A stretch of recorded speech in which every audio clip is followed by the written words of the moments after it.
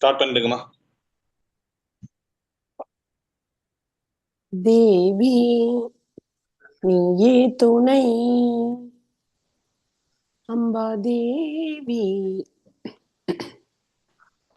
நீயே துணை, தென் மதுரை வாழ் மீனலோச்சனி தேவி நீயே துணை. தேவாதி தேவன் சுந்தரேசன், தேவாதி தேவன் சுந்தரேசன், சித்தம் கவர் புவன சுந்தரி தேவி நீயே துணை.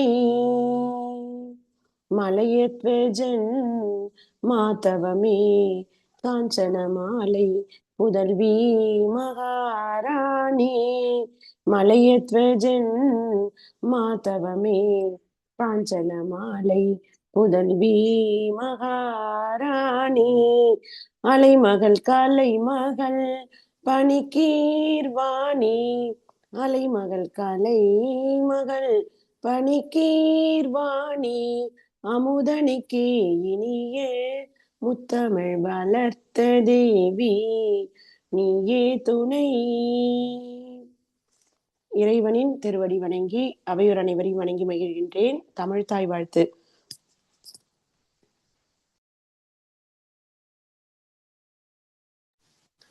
வாழ்வினில் செம்மையை செய்பவள் நீயே, மாண்புகள் நீயே என் தமிழ் தாயே, வீழ்வாரை வீழாது காப்பவள் நீயே, வீரனின் வீரமும் வெற்றியும் நீயே, தாழ்ந்திடு நிலையினில் உனை விடுப்பேனோ, தமிழன் என்னாலும்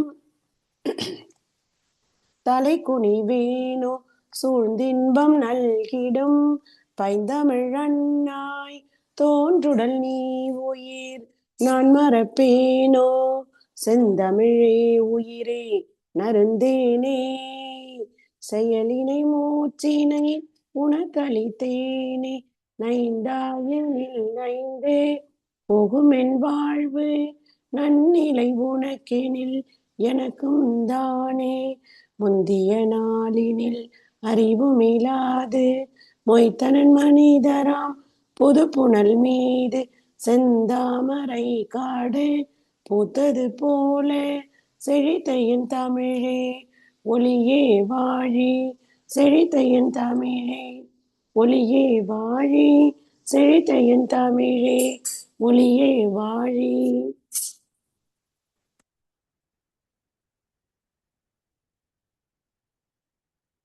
அகில உலக தமிழ் நண்பர்கள் சமூக இயக்கம், புகையில இல்லா சமுதாய இயக்கம் மற்றும் தமிழமுது புலனக்குழு இணைந்து நடத்தும் சிறப்பு நிகழ்ச்சி பயணங்கள் முடிவதில்லை.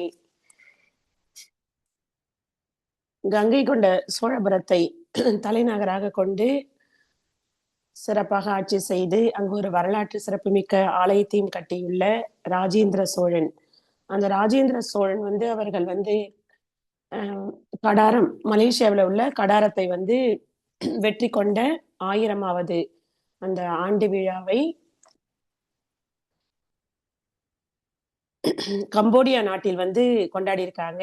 அதுக்கு சிறப்பு விருந்தினரா நம்முடைய அமைப்பின் தலைவர் மருத்துவர் அவர்கள் சென்று அவருடைய அந்த ராஜேந்திர சோழனுக்கு 1000வது விழாவை கொண்டாடி இருக்காங்க. நம்முடைய தலைவர் அவர்கள் அவருடைய 1000வது மேடை அதை அலங்கரித்து அவரும் ஒரு சிறப்பான அங்க உரையை ஆற்றி அந்த கடாரத்தின் அந்த கடாரம் கொண்டான் அவர்களுடைய பெருமைகளை பேசி மிக சிறப்பான ஒரு விழாவில் கலந்துகிட்டு வெற்றியுடன் திரும்பி வந்திருக்காங்க. அந்த இந்த சிறப்பு நிகழ்ச்சியில அந்த வெற்றி பயணத்தினுடைய அனுபவங்களை நம்ம கிட்ட பகிர்ந்துக்க இருக்காங்க. அது இன்றைய சிறப்பு நிகழ்ச்சியாக அது அமைந்துள்ளது. இந்நிகழ்ச்சிக்கு தலைமையேற்று தலைமையுரையாற்ற இருக்கும் நம் அமைப்பின் தலைவர் மருத்துவர் திரு கலைவேந்தன் ஐயா அவர்களை வருக வருக என்று அமுத மொழியால் அன்புடன் வரவேற்கின்றேன். மேலும் இந்நிகழ்ச்சியில் இணைந்து சிறப்பித்துக் கொண்டிருக்கும் கம்போடியா நாட்டிலிருந்து இணைந்திருக்கும் மதிப்பிற்குரிய ரவிராஜன் ராமசாமி ஐயா அவர்களை வருக வருக என்று மகிழ்வுடன் வரவேற்கின்றேன். நம்ம அமைப்பில் இணைந்துள்ள முத்துலட்சுமி அம்மா அவர்களையும், ஆனந்தி சேது அம்மா அவர்களையும், அன்பு சகோதரி ஜெயா அவர்களையும், பிரெஞ்சு தேசத்திலிருந்து இணைந்திருக்கும் குளோரியா அம்மா அவர்களையும், மற்றும் அமைப்பில் உலகெங்கிலும் இருந்து அமைப்பில் இணைய இருக்கும் அனைத்து தமிழமுத சொந்தங்களையும் வருக வருக என்று மகிழ்வுடன் வரவேற்பது காரைக்காலிலிருந்து விஜயராணி. நிகழ்ச்சியில் அடுத்ததாக தலைமை உரை ஆற்ற இருப்பவர் புதுச்சேரி மற்றும் கடலூரில் பிரபல பல் மருத்துவராக இருக்கும் மருத்துவர் திரு கலைவேந்தன் ஐயா அவர்கள் புதுச்சேரி புற்றுநோய் மருத்துவமனையின் சிறப்பு ஆலோசகராகவும் உள்ளார். புற்றுநோய்க்கும் புகையிலைக்கும் உள்ள தொடர்பு பற்றி ஆராய்ச்சி செய்து பல ஆராய்ச்சி கட்டுரைகளை வெளியிட்டு இருக்கின்றார். பிரபல மாத இதழ்களில் தொடர் கட்டுரைகளையும் பல புத்தகங்களையும் எழுதி கொண்டிருக்கும் எழுத்தாளர், கவிஞர், பாடகர், மிகச்சிறந்த பேச்சாளர். மருத்துவ பணியை சிறப்பாக செய்வதோடு பல சமுதாய பணிகளையும் ஆன்மீகம், அரசியல், தமிழ் சார்ந்த பணிகளையும் செய்து கொண்டிருக்கும் பன்முக திறனாளர். சென்னை மண்டலத்திற்கான மத்திய அரசின் திரைப்படத்துறை தணிக்கை குழு அதிகாரியாகவும் பணி செய்து கொண்டு வருகின்றார். புகையிலை இல்லா சமுதாய இயக்கத்தின் தலைமையேற்று விழிப்புணர்வு பிரச்சாரங்களை செய்தும் பல இலவச மருத்துவ முகாம்களை நடத்தியும் பல்லாயிரக்கணக்கான இன்னுயிர்களை புற்றுநோயின் ஆரம்ப நிலையிலிருந்து மீட்டு வந்துள்ளார். HDFC வங்கியின் பிராண்ட் அம்பாசிடராகவும் பணி செய்து கொண்டு வருகின்றார். தமிழ்ச்சங்கம் அமைத்து ஆகச்சிறந்த ஆளுமைகளை கொண்டு சிறப்பான பல நிகழ்ச்சிகளை நடத்தியும் சொற்பொழிவுகளை ஆற்றியும் அன்னை தமிழை அகிலமெங்கும் வளர்க்கும் அரும்பணியும் செய்து கொண்டு வருகின்றார். அகில இந்திய வானொலி நிலையம் மற்றும் தனியார் வானொலி தொலைக்காட்சிகளிலும் இவரது நேர்காணலும் விழிப்புணர்வு நிகழ்ச்சிகளும் தொடர்ந்து நடைபெற்று கொண்டு வருகின்றன. Switzerland, France, Germany, Dubai, Malaysia, Ilangai, Indonesia, Singapore மற்றும் கம்போடியா போன்ற பல அயல் நாடுகளுக்கு சிறப்பு அழைப்பாளராக மருத்துவம் மற்றும் தமிழ் சார்ந்த பணிகளுக்காக சிறப்பு அழைப்பாளராக சென்று கௌரவிக்கப்பட்டும் உள்ளார்கள். ஜெனீவா உலக சுகாதார நிறுவனத்திலும் மிக சிறப்புரை நிகழ்த்தியுள்ளார்கள். பாரத் சேவக், முத்தமிழ் முரசு, தமிழ் பணிச்செம்மல், மருத்துவ மாமணி, மக்கள் மருத்துவர், திருக்குறள் தூதர், இளம் சாதனையாளர் விருது, இலக்கிய செம்மல் விருது, பில்லர்ஸ் ஆஃப் இந்தியா விருது, அப்துல் கலாம் விருது என்று இவருடைய விருதுகள் 100 விருதுகளை தாண்டி பெற்றுள்ளார்கள். சிறப்புமிக்க நம் அமைப்பின் தலைவர் அவர்கள் திருமலை திருப்பதி தேவஸ்தானத்தின் புகையிலை கட்டுப்பாட்டு சிறப்பு அதிகாரியாகவும் நியமிக்கப்பட்டுள்ளார்கள். அதுபோல் புதுச்சேரி அகில இந்திய வானொலி நிலையத்தின் ஒளிப்பதிவாளர்களை நியமிக்கும் பொறுப்பிலும் நியமிக்கப்பட்டுள்ளார்கள். இவ்வாறு பல்வேறு பணிகளை செய்து கொண்டு வரும் நம் அமைப்பின் தலைவர் அவர்கள் வெளிநாட்டு பயணத்தை முடித்துக்கொண்டு அதாவது கம்போடியா பயணத்தை முடித்துக்கொண்டு நடத்தக்கூடிய முதல் நிகழ்ச்சி. அவர்களுக்கு நம் அமைப்பின் சார்பில் நல்வாழ்த்துக்களை தெரிவித்துக் கொண்டு தலைமை உரையாற்றுவதற்கு அன்புடன் அழைக்கின்றேன். வாருங்கள்.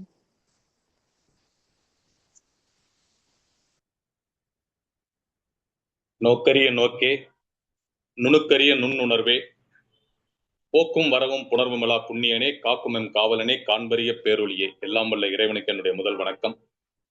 என ஈன்ற தாய் தந்தைக்கும், சுதந்திரமாக சுகமாக இந்த குளிர் தென்றல் காற்றை சுவாசிக்க காரணமாக இருக்கும் என் தாய் திருடான பாரத தேசத்திற்கும், அனைத்திற்கும் மேலாக அன்னை மொழியே, அழகார்ந்த செந்தமிழே, முன்னைக்கும் முன்னம் முகிழ்த்த நறுங்கனியே, கன்னி குமரி கடல் கொண்ட நாட்டிடையில் மன்னி அரசு இருந்த மண்ணுலக பேரரசே, தென்னன் மகளே, திருக்குறளின் மாண்புகழே, இன்னரும் பாப்பத்தே, நருந்தொகையே, என் கணக்கே, மண்ணும் சிலம்பே, மணிமேகலை வடிவே, முன்னும் நினைவுகளால் முடிதாழ வாழ்த்துவோமே என்று தமிழை தன் உயிரோடு உயிராக மதித்த பாவலர் பெருஞ்சித்தனார் மட்டுமல்ல, தமிழை என் உயிர் என்பேன் கண்டீர், உயிரை உணர்வை வளர்ப்பது தமிழே என்று புரட்சி கவி பாரதிதாசனால் வணங்கப்பட்ட சொல்லில் உயர்வு தமிழ் சொல்லே, அதை தினமும் தொழுதிரடி பாப்பா, செல்வம் நிறைந்த இந்துஸ்தானம் அதை போற்றி வணங்கிடடி பாப்பா என்று நமக்கு வழிகாட்டிய மகாகவி பாரதியால் வணங்கப்பட்ட என் தாய் தமிழை வணங்கி என்னுடைய தலைமை உரையை தொடங்குறேன். முதற்கண் நம்மளுடைய அற்புதமான இந்த நிகழ்ச்சிக்கு மிக சிறப்பான இறை வாழ்த்தையும் தமிழ்தாய் வாழ்த்தையும் பாடிய மிகச்சிறந்த ஒரு ஆளுமையாக இருக்கக்கூடிய கவிக்குயில் விஜயராணி. நான் பலமுறை சொல்லியிருக்கேன், காரைக்கால் என்றாலே நம் நினைவுக்கு வருவது காரைக்கால் அம்மையார், அதற்கு அடுத்ததாக காரைக்கால் அல்வா.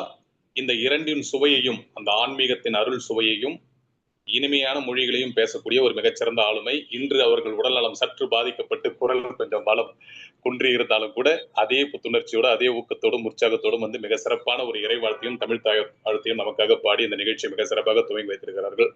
அவர்களுக்கு முதற்கன் என்னுடைய வணக்கத்தையும் வாழ்த்துக்களையும் தெரிவித்துக் கொள்கின்றேன். நம் இயக்கத்தின் செயலாளராக அவர்களுடைய பங்களிப்பு மிகச்சிறந்த பங்களிப்பு, அதற்கும் என்னுடைய பாராட்டுகளை தெரிவித்துக் கொள்கின்றேன். நம் இயக்கத்தின் இதயத்தின் இயக்கமாக உலகமெங்கும் வாழும் தொப்புள்குடி உறவுகளுக்கும், இந்த நிகழ்ச்சியை நேரலையில் பார்த்துக் கொண்டிருக்கின்ற தமிழமது புலனக்குழு தோழமைகளுக்கும், அரசியல் பிரமுகர்களுக்கும், திரையுலக பிரபலங்களுக்கும், சமூக ஆர்வலர்களுக்கும், அரசியல் மேதைகளுக்கும், தமிழ் ஆர்வலர்களுக்கும் மற்றும் பல்வேறு விதமான பணிகளை திறம்பட செய்து கொண்டிருக்கின்ற இளைஞர்களுக்கும், நண்பர்களுக்கும் என்னுடைய வாழ்த்துக்களையும் வணக்கத்தையும் தெரிவித்துக் கொள்கின்றேன். கம்போடியா பயணத்திற்கு எனக்கு மிகச்சிறந்த ஒரு வாழ்த்துக்களை, வணக்கங்களை தெரிவித்த அத்தனை ஆளுமைகளுக்கும் என்னுடைய நன்றியை நான் தெரிவித்துக்கிறேன். இந்த அற்புதமான வேளையில் இந்த நிகழ்ச்சியில் இங்கு இணைந்திருக்கின்ற, ஏன்னா காலம் பொன் போன்றதுன்னு சொல்லுவாங்க, ஆனா அதை தாண்டி காலம் என்பது உயிர் போன்றது.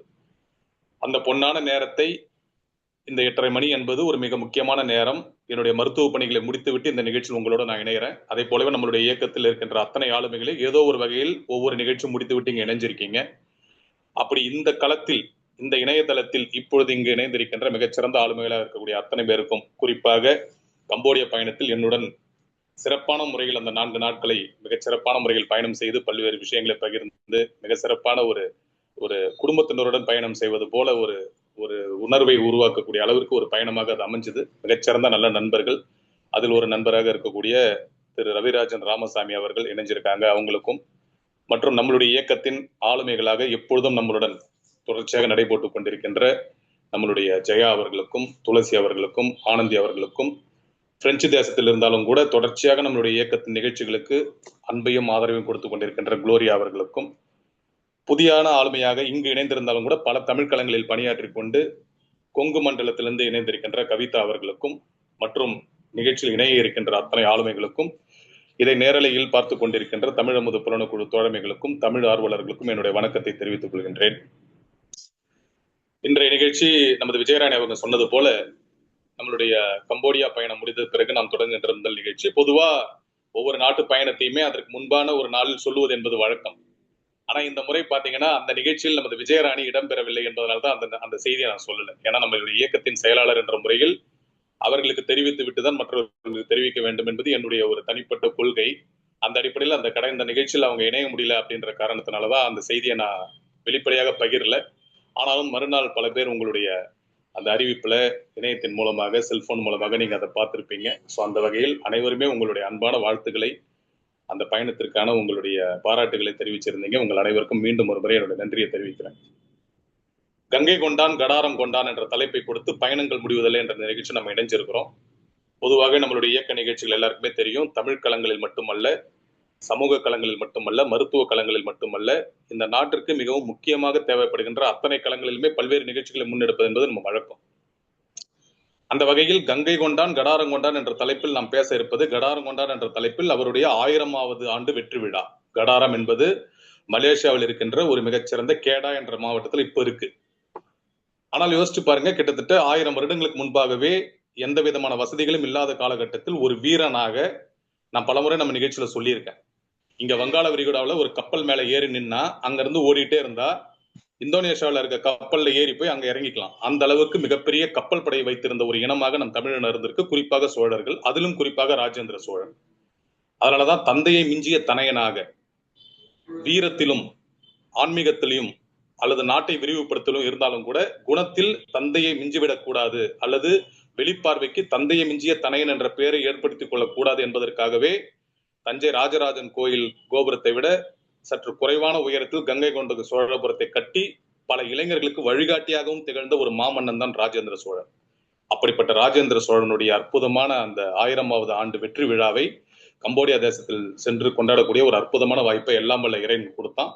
அந்த இறைபக்தியும் மிகவும் மிக்கவன் தான் நமது ராஜேந்திர சோழன். அதனாலதான் அந்த கங்கை கொண்ட சோழபுரம் என்ற ஒரு ஆலயத்தை அமைத்த உடனே அந்த கங்கை கொண்ட சோழபுரத்திற்கு கங்கை நீரையே கொண்டு வந்து அந்த கங்கை நீரால் அபிஷேகம் செய்து பக்கத்திலேயே பொன்னேரி என்ற ஒரு மிகச்சிறந்த ஏரி அமைச்சான். இப்படி ராஜேந்திர சோழனை பற்றி நாம் பேசிக்கொண்டே போகலாம்.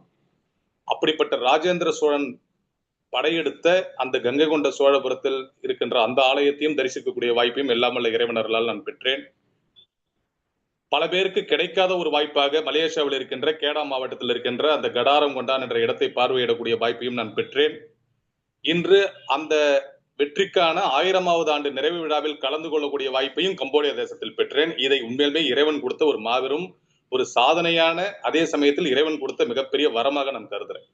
ஏன்னா கங்கை கொண்ட சோழபுரத்தையும் நான் பார்த்துட்டேன், கடாரம் கொண்ட இடத்தையும் பார்த்துட்டேன், கடாரம் கொண்டதற்காக கொண்டாடப்பட்ட அந்த 1000வது ஆண்டு நிறைவு விழாவிலும் நான் கலந்துகிட்டேன். அதுவும் மற்றொரு தேசத்துல, அதுவும் சோழன் கால் பதித்த தேசம் தான், கம்போடியா தேசம். அங்க மிகச்சிறந்த ஒரு ஆலயம் இருக்கு. அந்த ஆலயத்தை பத்தி பேசுறதுக்கு ஒரு தனி நிகழ்ச்சி வைக்கணும்ன்றாலும் நான் நினைக்கக்கூடிய அளவுக்கு ஆலயம் இருந்தது. அதையெல்லாம் கூட இங்க வந்துக்கின்ற அன்பு நண்பராகவும் மிகச்சிறந்த ஒரு ஆளுமையா இருக்கக்கூடிய நமது ரவிராஜன் ராமசாமி போன்ற மிகச்சிறந்த ஆளுமைகளோடு நாங்க போய் பார்த்தோம். கிட்டத்தட்ட அதுக்கு ஒரு 3 நாள் 4 நாள் தேவை அந்த அங்கோர் வாட் ஆலயத்தை. அங்கோர் அப்படின்னா நகரம்னு அர்த்தம். அந்த கீமர் மொழி, பல நாடுகள்ல பல மொழி இருக்கும். சென்ற பயணத்துல கூட நான் சிங்கப்பூர் போயிட்டு வந்து நம்ம பயணங்கள் முடிவுதலே பேசிட்டு இருந்தேன். அங்க 4 மொழிகள், சைனீஸ், மலேசிய மொழி, சீன மொழி, ஆங்கிலம் மற்றும் தமிழ். தமிழ் அங்க ஆட்சி மொழியா இருக்கு. அப்படிப்பட்ட ஒரு அற்புதமான சிறப்பு. அதனாலதான் நான் கடந்து வந்த பல நாடுகள் போயிருந்தால் கூட அந்த 10 நாடுகளை நான் வரிசைப்படுத்தும் பொழுது முதல் நாடாக சுவிட்சர்லாந்து வரிசைப்படுத்துவேன். ஏன்னா உலக சுகாதார நிறுவனம் இருக்கிற இடம், ஒரு மருத்துவராக எனக்கு மிகவும் முக்கியத்துவம் வாய்ந்த இடம். நம்மளுடைய புகையிலை மற்றும் புற்றுநோய் குறித்த ஆராய்ச்சிக்கான கட்டுரைகளை நாங்க சமர்ப்பிச்சேன். அது மட்டும் இல்லாத ஒரு அற்புதமான இயற்கை எழில் சூழ்ந்த தேசம், செயற்கையிலும் எந்த விதமான பஞ்சமும் இல்லாத தேசம், எல்லாற்றை விட அற்புதமான மனிதர்களை கொண்ட தேசம். அதனால்தான் இதுவரை நான் சென்ற நாடுகள்ல முதல் தேசமாக சுவிட்சர்லாந்து வச்சேன். 2வது தேசமாக நான் சிங்கப்பூரை வச்சேன். அதுக்கு மிக முக்கிய காரணம், இந்த நான் சென்று வந்த பல தேசங்களில் குறிப்பாக மிகவும் நவீனத்துவமாக இருக்கின்ற ஒரு தேசமாக ஆட்சி மொழியாக கொண்ட ஒரு தேசம்னா சிங்கப்பூர் தான்.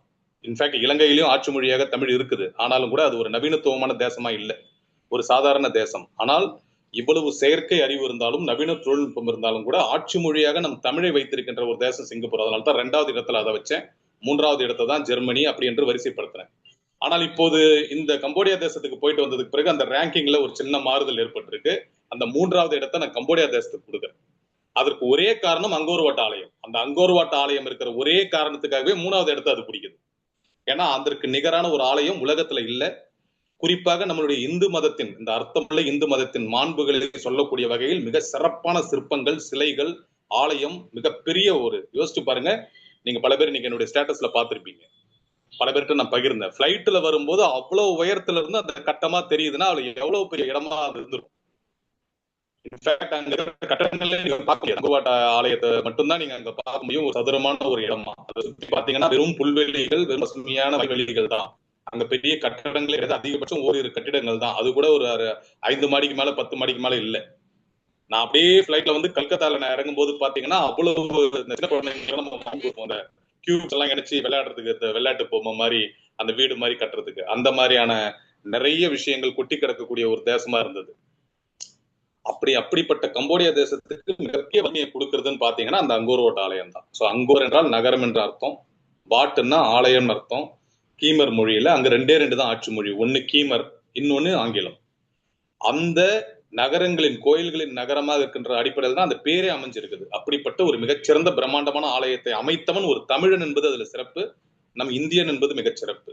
அது இன்றளவும் கொண்டாடப்படுகிறது என்பது கூடுதல் சிறப்பு. ஈவன் தோ அதில் மதம் மாற்றத்திற்கான பல வேலைகள் இருந்தா கூட அதையும் தாண்டி நம்மளுடைய தேசத்தின் வலிமை, நம்மளுடைய ஆன்மீகத்தின் வலிமை, இன்னும் அந்த கட்டடம் பிரம்மாண்டமா நிக்குது, உலகத்தில் இருக்கின்ற அத்தனை பேர்களையும் கவருது. அந்த அடிப்படையில் ஒரு மிகச்சிறந்த தேசமாக அந்த அங்கோர் வாட் ஆலயம் அங்க இருக்கின்றது. அதை பார்க்கக்கூடிய ஒரு அற்புதமான வாய்ப்பும் கிடைச்சது.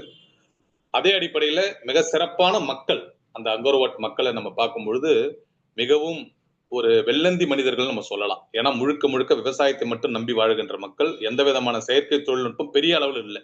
இன்ஃபேக்ட் நாங்கள் இருந்த அந்த 2 நகரங்கள்ல மட்டும்தான் அங்க ஒரு நவீன தொழில்நுட்பமே இருக்கு. குறிப்பாக அங்கோர் வாட் அந்த நகரத்துல. அதை போலவே அந்த சியாம் ரீப் என்ற அந்த ஒரு நகரம், அது தலைநகருக்கு அடுத்த நகரம், இன்னொரு தலைநகரம் இருக்கு. இது 2 நகரங்கள் தான். அங்க 2 நகரங்கள்ல தான் கட்டடங்களே நீங்க பார்க்க முடியும், நவீன தொழில்நுட்பத்தை பார்க்க முடியும். அதை தாண்டி பார்த்தா அது முழுக்க முழுக்க விவசாயத்தை மட்டும், குறிப்பாக நெல்லு, அரிசியை நம்பி வாழ்கின்ற ஒரு தேசம். ஆனால் கூட 3வது இடத்தை நான் ஏன் கம்போடியாவுக்கு கொடுக்குறேன்னா அந்த கம்போடியா தேசத்தில் இருக்கின்ற மிகச்சிறந்த ஆலயம். இந்த நேரத்துல என்னுடைய ஒரு கவிதை ஒரு ஞாபகம் வருது. நமது கவிஞமாமணி சுரதா அவர்கள் மிக சிறப்பான ஒரு கவிதை எழுதியிருப்பார். அதுல சொல்லியிருப்பார், எது இன்பம் வாழ்க்கையில. ஏன்னா இந்த அங்கோர் வாட் ஆலயத்தை பார்த்தது என்பது ஒரு மிகப்பெரிய இன்பம். அதுல முதல் வரியாவே அவர் சொல்லியிருப்பாரு, பழந்தமிழ் கற்றல் இன்பம், பல நாடு சுற்றல் இன்பம், குழந்தையின் தளிர்க்கைப்பட்ட கூழினை உண்ணல் இன்பம், எழுந்திடு புதுமை தன்னை ஏற்றிடல் வாழ்க்கைக்கு இன்பம், இழந்ததை பெறுதல் இன்பம், இசைப்பட வாழ்தல் இன்பம். 6 வரியிலே உங்களுக்கு வாழ்க்கையில எது இன்பம் என்பதை மிக சிறப்பா பட்டியலிட்டு இருப்பாரு. அது பாத்தீங்கன்னா அந்த பழந்தமிழ் கற்றல் இன்பம், அந்த பழந்தமிழை நமக்கு கற்றுக் கொடுப்பதற்கு, அது பழந்தமிழின் வரலாறை படிப்பதே இன்பம் தான். அந்த அடிப்படையில நமது ராஜேந்திர சோழன் கங்கை கொண்டான் கடாரம் கொண்டான் என்று படிப்பது ஒரு பக்கம் இன்பமா இருந்தாலும், அந்த சூரியவர்மன் என்ற மாமன்னன் அந்த காலத்திலே இப்படிப்பட்ட ஒரு மிகப்பெரிய பிரம்மாண்டத்தை நீங்க இந்த நிகழ்ச்சி முடிஞ்சவொடனே அந்த இணையத்துல போய் நீங்க தேடணும். அந்த அங்கோர்வாட் ஆலயத்தை பத்தி நீங்க பார்க்கணும். அது உள்ள இருந்த செய்திகள் குறைந்தபட்சம் அங்க இருக்கவங்க எல்லாம் சொன்னாங்க 2 to 3 நாள் ஆகும் அப்படின்னாங்க அந்த முழுமையா பார்க்க. ஆனால் கிட்டத்தட்ட 4 மணி நேரத்துல நாங்க அந்த கோயிலை பார்த்துட்டு வந்தோம். ஆனா அதுலயே கிட்டத்தட்ட ஒரு 4 மணி நேரம் பேசக்கூடிய அளவுக்கு அவ்வளவு அனுபவங்கள், அவ்வளவு சிற்பங்கள், அவ்வளவு காட்சிகள், அவ்வளவு ஒரு உணர்வு பூர்வமான தருணங்களா அமைஞ்சுது. ஸோ அப்படிப்பட்ட ஒரு அற்புதமான அந்த ஆலயம் இருக்கு. ஸோ இப்படியே கவிமாமணி சுரதா சொல்லிட்டு வரும்பொழுது பழந்தமிழ் கற்றல் இன்பம், பல நாடு சுற்றல் இன்பம். அப்ப யோசிச்சு பாருங்க, பல நாடுகளை சுற்றி பார்ப்பது கூட ஒரு இன்பம் தான். அந்த இன்பத்தை கூட எல்லாம் வல்ல இறைவனர்களால் நான் பெற்றிருக்கேன். குழந்தையின் தளிர்க்கைப்பட்ட கூழினை உண்ணல் இன்பம், எழுந்திரு புதுமை தன்னை ஏற்றிடல் வாழ்க்கைக்கு இன்பம், இழந்ததை பெறுதல் இன்பம், இசைபட வாழ்தல் இன்பம். இது யாரும் சாதாரண வரி தான். இதுக்கப்புறம் 4 வரி வச்சிருப்பார், பஞ்ச் டயலாக். அதுதான் ரொம்ப முக்கியம். கற்றவர் முன் தான் பெற்ற கல்வியை கூறல் இன்பம். அதுதான் இப்ப நான் பண்ணிட்டு இருக்கேன். நான் கற்றதை பெற்றதை உங்களோட பகிர்ந்துட்டு இருக்கேன். இதன் மூலமாக இந்த இணையத்தின் மூலமாக பார்த்து கொண்டிருக்கின்ற அத்தனை பேரும் இந்த நிகழ்ச்சி பார்த்துட்டு இருக்கீங்க. உலகமெங்கும் வாழும் அனைத்து தொப்புள் கூடிய உறவுகளும். கற்றவர் முன் தான் பெற்ற கல்வியை கூறல் இன்பம், சிற்றின கயவரோடு சேராது வாழ்தல் இன்பம். அது ரொம்ப ரொம்ப முக்கியம். சேரிடம் அறிந்து சேர நமது அவை பாட்டி கூட வழிகாட்டினாங்க. வெற்றியை வாழ்வில் சேர்க்கும் வினைபால புரிதல் இன்பம். நம்ம வாழ்க்கையில வெற்றிக்கான பயணத்தை மட்டும்தான் நம்ம முன்னெடுக்கணும். அந்த பயணத்துல 2 இருக்கு, இன்ட்ரோஸ்பெக்ஷன், ரெட்ரோஸ்பெக்ஷன். அதை பத்தி விரிவா நான் என்னுடைய அடுத்த கட்டத்துல நான் பேசுறேன். ஆகவே வெற்றியை வாழ்வில் சேர்க்கும் பணிகளை மட்டும்தான் நம்மளுடைய வாழ்க்கையில வினைகளாக செயல்களாக நம்ம கொள்ளணும். கடைசியாக பெற்றதை அனைவருக்கும் பகிர்ந்து வாழ்தல் இன்பம் முடிச்சிருப்பார்.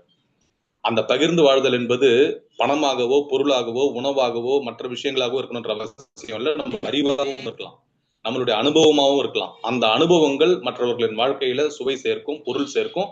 அதன் மூலமாக அவங்க வாழ்க்கையின் வளர்ச்சிக்கு வித்திடும். அந்த அடிப்படையில் தான் இந்த நிகழ்ச்சி நம்ம வடிவமைச்சிருக்கோம். ஸோ அந்த அடிப்படையில ஒரு அற்புதமான தேசமாக கம்போடியா தேசம் இருந்தது. அந்த தேசத்தில் நம்மளுடைய ராஜேந்திர சோழன் காலடி எடுத்து வச்சதுன்றது ஒரு மிகப்பெரிய விஷயம். ஏன்னா சில நேரங்கள்ல நம்மள அறியாம ஒரு கதையும் எனக்கு ஞாபகம் வருது, ஒரு கவிதை ஞாபகம் வந்த மாதிரி. ஒரு மிகப்பெரிய ஒரு கட்டட கான்ட்ராக்டர் இருந்தாரு. அந்த கட்டட கான்ட்ராக்டர்கிட்ட ஒரு மேஸ்திரி வேலை செஞ்சுட்டு இருந்தாரு பல வருடங்களாக. வயசாகி போச்சு. அதனால கடைசியா அவருக்கு ஒரு வாய்ப்பு கொடுக்குறாரு. அந்த கட்டட கான்ட்ராக்டர் சொல்றாரு, இந்த வீட்டோட நீங்க ரிட்டையர்ட் ஆயிடுங்க, கடைசியா ஒரு வீடு மட்டும் எனக்கு கட்டி கொடுத்துருங்க, இதோட உங்களுக்கு பணியில இருந்து ஓய்வு கொடுக்க போறேன் அப்படின்னு சொல்லிட்டு அதுக்குரிய தொகையை கொடுத்து நல்லபடியா நீங்க கட்டிடுங்க வீட்டை அப்படின்னு சொல்லிட்டு கொடுக்குறாரு. அந்த கட்டட மேஸ்திரி சிறப்பா வேலை செஞ்சவர் தான். ஆனா அவர் மனசுல ஒரு சஞ்சலம் வந்துருச்சு. இதோட நம்மள வேலையை விட்டு நிறுத்திட போறாரு, இதுவரையும் நம்ம வேலை செஞ்சது இந்த வேலையை தொடரணும் அப்படின்றதுனால. இப்பதான் அந்த மேஸ்திரி கட்டட கான்ட்ராக்டரே சொல்லிட்டாரு, நமக்கு மேஸ்திரி இதோட வேலை முடியுது, லாஸ்ட் வேலை சொல்லிட்டாரு அப்படின்றப்ப எதுக்கு நம்ம நல்ல சிறப்பா செய்யணும்னு சொல்லிட்டு இருக்கிறது ரொம்ப கம்மியான விலை குறைவான பொருட்கள் எல்லாம் போட்டு ஒரு தரமில்லாத ஒரு கட்டடத்தை உருவாக்கி கட்டட வேலையை முடிச்சு சாவி அவர் கையில கொடுத்துட்டாரு. அப்புறமேட்டு அவர் சொல்லிட்டாரு, ஓகே நான் ஒரு விழா நடக்கும்போது உன்னை கூப்பிடுறேன், அப்புறம் நீங்க வாங்க, நம்ம கொடுக்கும் போது கொடுத்துக்கலாம் அப்படின்னு சொல்லிட்டு அனுப்பிட்டாரு. அந்த விழா நாள் வந்தது. விழாவில் மேடையில அனைவர் முன்னாடியும் அந்த கட்டட கான்ட்ராக்டர் அந்த மேஸ்திரியை கூப்பிட்டு அவர் கையில அந்த சாவியை ஒப்படைச்சார். இந்த வீடை நான் உங்களுக்கு அன்பளிப்பா கொடுக்குறேன், பரிசா கொடுக்குறேன். ஏன்னா எவ்வளவோ நாள் எனக்காக நீங்க உழைச்சிருந்தீங்க, எவ்வளவோ நாள் எனக்காக கஷ்டப்பட்டீங்க, அதனால இந்த வீட்டை உங்களுக்கு பரிசளிக்கணுன்றதுனாலதான் உங்ககிட்ட சொல்லி கடைசியா அந்த வீட்டை கட்ட சொன்னேன் அப்படின்றாரு. அப்பதான் அந்த மேஸ்திரிக்கு என்னமோ சொல்லுவாங்கல்ல, ஒரு தொண்டையில மீன் முள் சிக்கின மாதிரி ஆயிடுச்சு. மெல்லவும் முடியாம முழங்கவும் முடியாம, ஐயோ இது தெரிஞ்சிருந்தா நான் சிறப்பா கட்டியிருப்பேனே, இது தெரியாம நான் இப்படி கட்டிட்டேனே அப்படின்னு சொல்லிட்டு அவர் வருத்தப்பட்டாரு. அப்ப எதுக்கு சொல்ல வரேன்னா, வாழ்க்கையின் ஒரு ஒரு நிகழ்வும் ஒரு ஒரு தருணமும் ஒவ்வொரு சம்பவமும் நமக்கு பாடங்களை கத்துக்கொடுக்குது. எதையுமே நம்ம கத்துக்க கூடாது. அதான் நம்ம பயணங்கள் முடிவது என்ற நிகழ்ச்சி நம்ம நடத்தும். இந்த பயணங்கள் நம்மளுடைய வாழ்க்கையில் பல பரிமாணங்களை மாத்துது. அந்த பயணங்களில் நாம் கற்றுக்கொள்கின்ற பல செய்திகள் நம்மளுடைய வாழ்க்கையின் பரிமாணத்தை மாற்றுது. அந்த பயணங்களில் நாம் பெற்றுக்கொள்கின்ற பல அனுபவங்கள் நம்ம வாழ்க்கையின் பரிமாணத்தை மாற்றுது. அந்த பயணங்களில் நாம் சந்திக்கிற பல புதிய மனிதர்கள் நம்மளுடைய வாழ்க்கையின் அது ஒரு மிகச்சிறந்த ஆளுமைதான் ரவிராஜ் ராமசாமி அவர்கள். இன்னும் ஆளுமையில் இணைவாங்க. அதே போல சிறந்த அரசியல் சந்திச்சு, சிறந்த தமிழர்களை சந்திச்சேன்.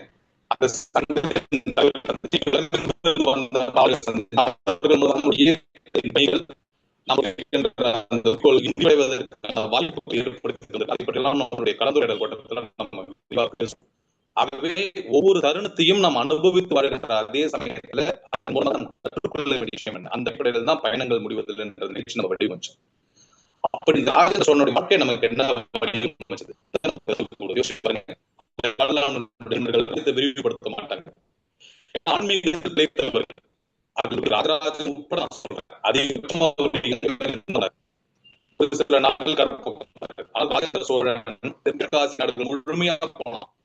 காரணம் என்னன்னா, நம்ம பொதுவா ஆன்மீகத்தை விரும்புவோம், அகிம்சையை விரும்புவோம், நம்மை தற்காத்துக்குவோம். அதனாலதான் தமிழ் மன்னர்கள் அவ்வளவுதான் ஆண்டாங்க. யாரும் வந்து ஆட்சி சொல்லிட முடியாது, நம்ம தோற்க முடியாது. அந்த அளவுக்கு தெரிந்து புகழ்மிக்க மானம் என்றால் உலகத்துக்கு ஒரே இனம் நம் தமிழ் இனம். அது எந்த விதமான மாற்று கருத்துக்கு இடம் இல்லை. ஆனால் நமக்கு இந்த நாடு பிடிக்கிற ஆசை, இன்னொரு மன்னர்களை கொல்லக்கூடிய ஆசை அதெல்லாம் கிடையாது. இன்னொரு நாட்டு மன்னர்கள் விரும்ப மாட்டோம். நாட்டு மன்னர்கள் சண்டை போட்டு அதன் மூலமாக ஒரு பெருமை எதிர்பார்க்க மாட்டோம். ஆனால் ஒரு நிமிடம் இணைப்புல இருங்க.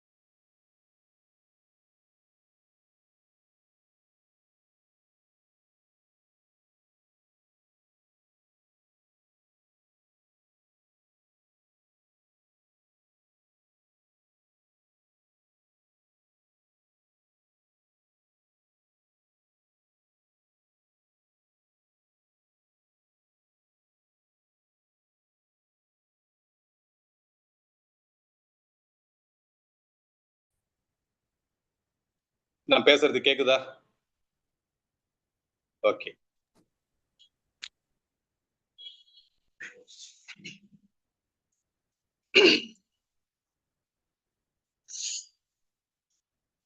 ஆனா பொதுவா நம்மை தேடி வருகிறவர்கள், அவர்கள் நம்மை ஆட்சி செய்ய நினைக்கும் பொழுது நம்ம அவர்களை தடுத்து நம்மளுடைய நாட்டை நம்ம கைவிட மாட்டோம். அப்படித்தான் நம்மளுடைய அரசியல் அமைப்பு இருக்கும் பொதுவா. ஆனால் முதல் முறையாக நம்மளுடைய ராஜேந்திர சோழன் தான் அந்த ராஜ்யத்தை விரிவுபடுத்துற முயற்சியில இறங்கணும். அதுக்கு காரணம் என்னன்னா, அப்படிப்பட்ட மாவீரனா அவன் இருந்தான். நான் ஏற்கனவே ஒரு கதையை உங்களுக்கு சொல்லி இருக்கிறேன். ஒரு போரஸ் என்கிற புருஷோத்தமன் உங்க எல்லாருக்கும் தெரிஞ்சிருக்கும். மாவீரன் அலெக்சாண்டரை அவன் வெற்றி கொண்ட பொழுது மாவீரன் அலெக்சாண்டர்கிட்ட பயங்கரமா கடுமையா போரிட்டு தான் அவன் தோற்றான். அவனுடைய வீரத்தை மெச்சி அலெக்சாண்டர் அவனுக்கு அந்த நாட்டையே பரிசளிச்சான். அப்படிப்பட்ட ஒரு உத்தமமான, ஒரு உன்னதமான, மிகச்சிறந்த ஒரு படைப்பாக இருந்தவன் தான், மன்னனாக இருந்தவன் தான் மாவீரன் அலெக்சாண்டர். அதுக்கு காரணம் என்னன்னா, அவன் படித்த பாடம் அப்படி. அரிஸ்டாட்டல், பிளாட்டோ, கன்ஃபியூஷியஸ் போன்ற மிகச்சிறந்த, சாக்ரட்டிஸ் போன்ற அந்த தத்துவ ஞானிகளோட தத்துவத்தின்படி அவன் வாழ்ந்தான். குறிப்பாக அரிஸ்டாட்டில் தான் அவனுடைய மிகச்சிறந்த ஒரு ஆசிரியராக இருந்தாரு. அவனுக்கு வழிகாட்டினாரு. அரசியல் அமைப்பு மட்டும் இல்ல, நாடு பிடிப்பது மட்டுமல்ல, மக்களின் மனங்களையும் வெல்லணும்ன்ற அடிப்படையில அவனுக்கு அந்த அகிம்சையை போதிச்சதுனால தன்னை எதிர்த்து இவ்வளவு தூரம் அவன் போரிடுறானே அப்படின்ற அடிப்படையில அவனுக்காக அந்த நாட்டை திருப்பி கொடுத்தான். ஆனால் மங்கோலிய மன்னன் ஒருத்தன் இருந்தான், செங்கிஸ்கான் சொல்லிட்டு. அந்த செங்கிஸ்கான் என்ற மன்னன் பாத்தீங்கன்னா அவனும் பரிசளிச்சான். அவனை போரில் எதிர்த்து போரிட்டு தோற்றவனுக்கு பரிசளிச்சான். என்ன பரிசளிச்சான்னா, வெள்ளிய பரிசா அளிச்சான். தங்கம் வெள்ளின்னு நம்ம சொல்றோம்ல, அந்த வெள்ளிய பரிசா கொடுத்தான். அந்த வெள்ளியை எப்படி பரிசா அளிச்சான்னா, வெள்ளிய உருக்கி அவனுடைய கண்ணுலையும், காதலையும், மூக்கிலையும், வாயிலையும் ஊத்தணும். யோசிச்சு பாருங்க. வெள்ளிய உருக்கி கிட்டத்தட்ட 1000 டிகிரி செல்சியஸ் வெள்ளியோட உருகு நிலை. அதை உருக்கி கண்ணுலையும் காதலையும் பரிசளிச்சான். அப்படி இருக்கும் பொழுது அப்படிப்பட்ட கொடுங்கோல் மன்னர்கள் ஆட்சி புரிந்த ஒரு காலகட்டமா இருந்தது. அதனாலேயே நம்மளுடைய தமிழ் மன்னர்கள், அகிம்சையை விரும்புபவர்கள், ரொம்ப அந்த வடக்கு பக்கம் போக மாட்டாங்க. நம்ம நாட்டை யாராவது தாக்கம் வந்தா மட்டும் நம்ம தற்காத்துக்கலாம். நம்ம அகிம்சையான முறையில, அமைதியான முறையில, ஆன்மீகத்தோடு இணைந்து நம்ம தேசத்தை இயற்கையோடு இணைந்து வாழலாம். அப்படிதான் நம்மளுடைய சேர சோழ பாண்டிய மன்னர்கள் பெரும்பாலும் இருந்தாங்க. அதுல முதல் முறையாக எப்படிப்பட்ட ஆளா இருந்தாலும் சரி அவனை சமாளிக்கலான்ற வீரத்தோடு புறப்பட்டு போனவன் ராஜேந்திர சோழன் தான். அந்த அடிப்படையில் தான் உலகத்தின் மிகச்சிறந்த மன்னன்னே நான் சொல்லுவேன்.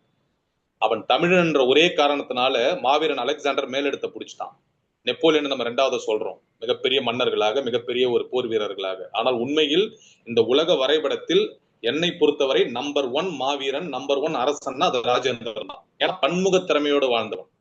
வெறும் வீரம் இல்ல, ஆன்மீகத்துக்காக பல வேலைகளை செஞ்சிருக்கான், சமூகத்துக்காக பல வேலைகளை செஞ்சிருக்கான், பல சாதனைகளை பண்ணிருக்கான். வணிகத்துக்காகவே பல இடங்கள்ல பாத்தீங்கன்னா, நான் இந்தோனேஷியா போயிட்டு வரும்போது உங்களுக்கு சொன்னேன், இந்தோனேஷியாவில பல இடங்களை செய்து அந்த இடத்துல அந்த மன்னர்களை கைது செய்து அந்த மன்னர்களுக்கு அவர்களுக்கு ஆட்சி பொறுப்பு கொடுக்கிறது. என்னுடைய தலைமையின் கீழே நீங்க ஆட்சி செய்யணும். என்னுடைய நோக்கம் இங்கு வந்து நான் இங்கு இந்த மக்களை கொடுமைப்படுத்துவது அல்ல. என் ஆளுமை இதுவரை விரிந்திருக்கிறது என்பதை உணர்த்துவதுதான், என் வீரத்தை உணர்த்துவதுதான். பொதுவா சொல்லுவாங்கல்ல, நான் என்னுடைய வீரத்தை நான் காட்டிடுறேன், எனக்கு கீழே நீ இருக்கணும், ஆனால் நீ சுதந்திரமாக இருக்கலாம் என்று அந்த அரசர்களை அடிபணியை செய்தவன் தான். அந்த அடிப்படையில் தான் வடநாட்டில் சாளுக்கிய மன்னர்கள்லாம் அந்த காலத்துல ரொம்ப கொடூரமான மன்னர்கள். அதான் நான் முன்னாடியே சொன்ன போல அவங்களுக்கு அந்த எண்ணமே வராது நம்மளுடைய மன்னர்களுக்கு. ஆனால் அவர்களுக்கு எந்த எண்ணம் வந்து அந்த வடநாட்டவர் வரை சென்று அவர்களை வீழ்த்தி அவர்களின் தலையில் கங்கை நீரை சுமக்க வைத்து அந்த கங்கை நீரால் நம்மளுடைய ஆலயத்தை எழுப்பி கங்கை கொண்ட சோழபுரம் என்ற ஒரு மிகப்பெரிய ஆலயத்தை அமைத்தவன் தான் ராஜேந்திர சோழன். அப்படிப்பட்ட அந்த மன்னன் அதோட மட்டும் நிக்கல. அதுதான் இந்த நிகழ்ச்சியின் செய்தியாக இதை சொல்லி என்னுடைய உரையை நான் நிறைவு செய்யலாம்னு நினைக்கிறேன். ஏன் இதை நாம் கற்றுக்கொள்ள வேண்டும்? ஏன் இந்த பயணங்களை நாம் படிக்க வேண்டும்? ஏன் இந்த மன்னர்களை பாராட்ட வேண்டும்? ஏன் இந்த மன்னர்களை துதிக்க வேண்டும்? அதற்கு காரணம் இதுதான். இவர்கள் நம் முன்னோடிகள், நம் இனத்தவர்கள். ராஜேந்திர சோழன் பேசின தமிழை நான் பேசிட்டு இருக்கேன். ராஜேந்திர சோழனை பற்றி எழுதப்பட்ட கல்வெட்டுகளில் இருக்கின்ற தமிழை நம்ம எழுதுறோம். அதை படிச்சு நம்மளால புரிஞ்சுக்க முடியுது. அத்தனை ஆலயங்களில் அவ்வளவு சிறப்பான செப்பேடுகள் கிடைக்குது, கல்வெட்டுகள் கிடைக்குது. அத்தனை ஆலய பணிகள், ஆன்மீக பணிகள் செஞ்சிருக்காரு, அரசு பணிகள் செஞ்சிருக்காரு. வீரத்திற்காகவும் காதலுக்காகவும் பல்வேறு விதமான வேலைகளை அவர் பண்ணியிருக்காரு. அப்படிப்பட்ட ராஜேந்திரன் முதல் முறையாக நம் தமிழ்நாட்டை விட்டு அந்த ராஜ்யத்தை விரிவுபடுத்தி வடநாட்டு மக்களை பண்ணி, அப்போது கங்கை கங்கை என்பது ஒரு மிகப்பெரிய விஷயமா இருந்தது. என்ன பெரிய கங்கை? அந்த கங்கையை நான் இங்கே கொண்டு வருவேன். ஏன்னா காவிரியை விட கங்கை பெரிய விஷயமா? அப்படிப்பட்ட காவிரியை விட கங்கை பெரிய விஷயமா இருந்தா அந்த கங்கையை நான் இங்க கொண்டு வந்துடுறேன்னு சொல்லிட்டு கங்கை கொண்ட சோழபுரம்னு பேரை வச்சிருக்கான்னா அவனுடைய சிந்தனையின் விரிவை பாருங்க. உள்ளுவதெல்லாம் உயர்வுள்ளல், மற்றது தள்ளினும் தள்ளாமை நீர்த்து, வெள்ளத்தனையும் மலர் நிட்டம் மாந்திரதம் உள்ளத்தனைய உயர்வு, தொட்டனை தூரும் மணற்கேணி மாந்தருக்கு கற்றனை தூரும் அறிவு. இப்படி திருவள்ளுவர் காட்டின வழிய எண்ணிய எண்ணியாங்க எதுவர் எண்ணியர் திண்ணியராக பெறின் என்பதை வெறும் பாடமா படிக்கல, அதை வாழ்க்கையா வாழ்ந்தவன் தான் ராஜேந்திர சோழன். பல நேரங்களில் நம்ம பாடமா படிச்சுட்டு போயிடுறோம் திருக்குறளை, அதை வாழ்க்கையா வாழறது இல்லை. அதை வாழ்க்கையாக வாழ்ந்து மற்றவர்களுக்கும் அந்த வாழ்வியல் இலக்கணமாக வாழ்ந்து காட்டியவன் ராஜேந்திர சோழன். அதோட நிக்கல, அதுதான் மிக முக்கியம். வடக்க பிடிச்சிட்டு அதற்கு பிறகு இன்னும் விரிவுபடுத்துறான். அப்படி விரிவுபடுத்தினா அந்த தென்கிழக்கு ஆசிய நாடுகள் அந்த ரூட் நீங்க போய் நெட்ல போய் பார்த்தா தெரியும். ராஜேந்திர சோழன் பரப்புகள் அப்படி பகுதிகள் நீங்க போட்டீங்கன்னா அப்படி வரிசையா வரும். அது பாத்தீங்கன்னா அப்படியே விரிவடைஞ்சு அதுதான் இப்ப நம்ம போயிட்டு வர எல்லா தேசங்களும், இலங்கை, இந்தோனேஷியா, மலேசியா, அந்த பக்கம் சிங்கப்பூர், அந்த பக்கம் பிலிப்பைன்ஸ் என்று அந்த அந்த ஒட்டுமொத்த அந்த கடல் பகுதி முழுமையா தன்னுடைய ஆட்சி கீழே கொண்டு வந்தான். ஆனால் யாரையும் துன்புறுத்தல, எந்த மன்னர்களையும் அடிமைப்படுத்தல. அந்த வணிக உரிமையை என் நாட்டுக்கு இது கட்டுப்பட்டது என்ற உரிமையை வச்சுக்கிட்டா ஒரு மிகப்பெரிய பேரரசனாக, பேரரசன் அக்பர்ன்னு நம்ம சொல்லுவோம், பேரரசன் சாம்ராட் அசோகன் நம்ம சொல்லுவோம், மாவீரன் அலெக்சாண்டர் சொல்லுவோம். ஆனால் இவர்களெல்லாம் மிஞ்சிய ஒரு மிகப்பெரிய பேரரசனாக நான் ராஜேந்திர சோழன் தான் கருதுவேன். அதுக்குதான் தலைப்ப கங்கை கொண்டான் கடாரம் நினைச்சேன். ஏன்னா கங்கையும் அவனால் கொண்ட முடிந்தது, கடாரத்தையும் கொள்ள முடிஞ்சது. அதன் தொடர்ச்சியாக மிகப்பெரிய ஆட்சி பரப்பையும் உருவாக்க முடிஞ்சது. அதனூடாக ஆன்மீக பணிகளையும் செஞ்சா, சமூக பணிகளையும் செஞ்சா, இன்னும் எல்லாவற்றுக்கும் மேலாக பண்பு நலன்களோட வாழ்ந்தான். போதும். இவ்வளவு வீரன் இவ்வளவு நாட்டை, பல நாடுகளை சென்று மிக சிறப்பாக அவனுடைய ஆட்சிக்கு கீழே கொண்டு வந்தவன் 2 மடங்கு உயரத்துல அந்த ராஜராஜ சோழன் கோயிலை விட கட்டி இருக்க முடியாது என்பது கிடையாது. ஏன்னா ராஜராஜன் அதை பத்தி ஒரு 10 அடியோ ஒரு 100 அடியோ இல்ல 20 அடியோ எக்ஸ்ட்ரா வச்சு ஏத்தி இருக்க முடியாதா? முடியும். ஆனால் அதை செய்யல. ஏன்னா என்றுமே அந்த உயரம் தன்னுடைய தந்தைக்கு தான் இருக்கணும். அப்ப எப்படிப்பட்ட ஒரு தந்தை மகனாக வாழ்ந்திருக்காங்க பாருங்க. அதனாலதான் வெகு விரைவில் நம்மளுடைய இயக்கம் கூட ராஜேந்திர சோழனுக்கான மிகப்பெரிய பிரம்மாண்ட நிகழ்வு முடிஞ்சிச்சு. ஒரு மிகச்சிறந்த அமைப்பு அதை நடத்திருச்சு. இந்த நேரத்தில் அந்த அற்புதமான நிகழ்ச்சியை அந்த அற்புதமான தேசத்தில் நடத்திய அந்த மிகச்சிறந்த ஆளுமைகள் தாமரை அவர்களுக்கும், நமது சீனிவாச ராவ் அவர்களுக்கும், அங்கோர் தமிழ்ச்சங்கத்துக்கும், அதற்கு துணை நின்ற அத்தனை நிர்வாகிகளுக்கும் என்னுடைய மனப்பூர்வமான நன்றிகளை அகில உலக தமிழ் நண்பர்கள் சமூக இயக்கத்தின் தலைவர் என்ற முறையிலும், தமிழமது புலனக்குழு தலைவர் என்ற முறையிலும், புகையிலை இல்லா சமுதாய இயக்கத்தின் தலைவர் என்ற முறையிலும், அனைத்திற்கும் மேலாக ஒரு தமிழன் என்ற முறையிலும் என்னுடைய மனப்பூர்வமான நன்றி மலர்களை நான் காணிக்கையாக்குறேன். ஏன்னா மிகச்சிறந்த ஒரு நிகழ்வு, கொண்டாடப்பட வேண்டிய நிகழ்வு. ஏன்னா வரலாறு கொண்டாடல, பல புத்தகங்களை இடம் பிடிக்கல. ஆனால் நம் பெருமையை நாம தான் மீட்டெடுக்கணும். இது பழம்பெருமை அல்ல, தற்பெருமையும் அல்ல. இது சொல்ல வேண்டிய பெருமை, சொல்லிக்கொண்டே இருக்க வேண்டிய பெருமை. இதை நாம் சொல்ல சொல்ல நம்மளுடைய வளரும் தலைமுறைக்கு கடமை நமக்கு இருக்கு. இது என்றும் அழியாது. உலகம் உள்ளவரை ராஜேந்திரன் பெருமை இருக்கும், ராஜராஜன் பெருமை இருக்கும். அதுக்கு அந்த கோயிலே சாட்சி. கங்கை கொண்ட சோழபுரமும் சரி, அல்லது தஞ்சை ராஜராஜ கோயில் பிரகதீஸ்வரர் ஆலயமும் சரி. யோசிச்சு பாருங்க, அந்த கோயிலுக்குள்ள ஒரு அற்புதமான ஒரு கல்லை வச்சிருக்கான் நம்ம ராஜேந்திர சோழன். இன்னைக்கும் நீங்க அதை பார்க்கலாம். இது உண்மை, அதிசயம், ஆனால் உண்மை. நீங்க உள்ள போனீங்கன்னா ஏசியில எப்படி இருக்குமோ அந்த கூலிங் எஃபெக்ட் இருக்கும். நீங்க பார்த்து நீங்க கங்கை கொண்ட சோழபுரத்தை அடுத்த முறை வணங்கும் போது உள்ள போங்க. அங்க ஏசி கிடையாது, ஆனா ஏசி எஃபெக்ட் இருக்கும்.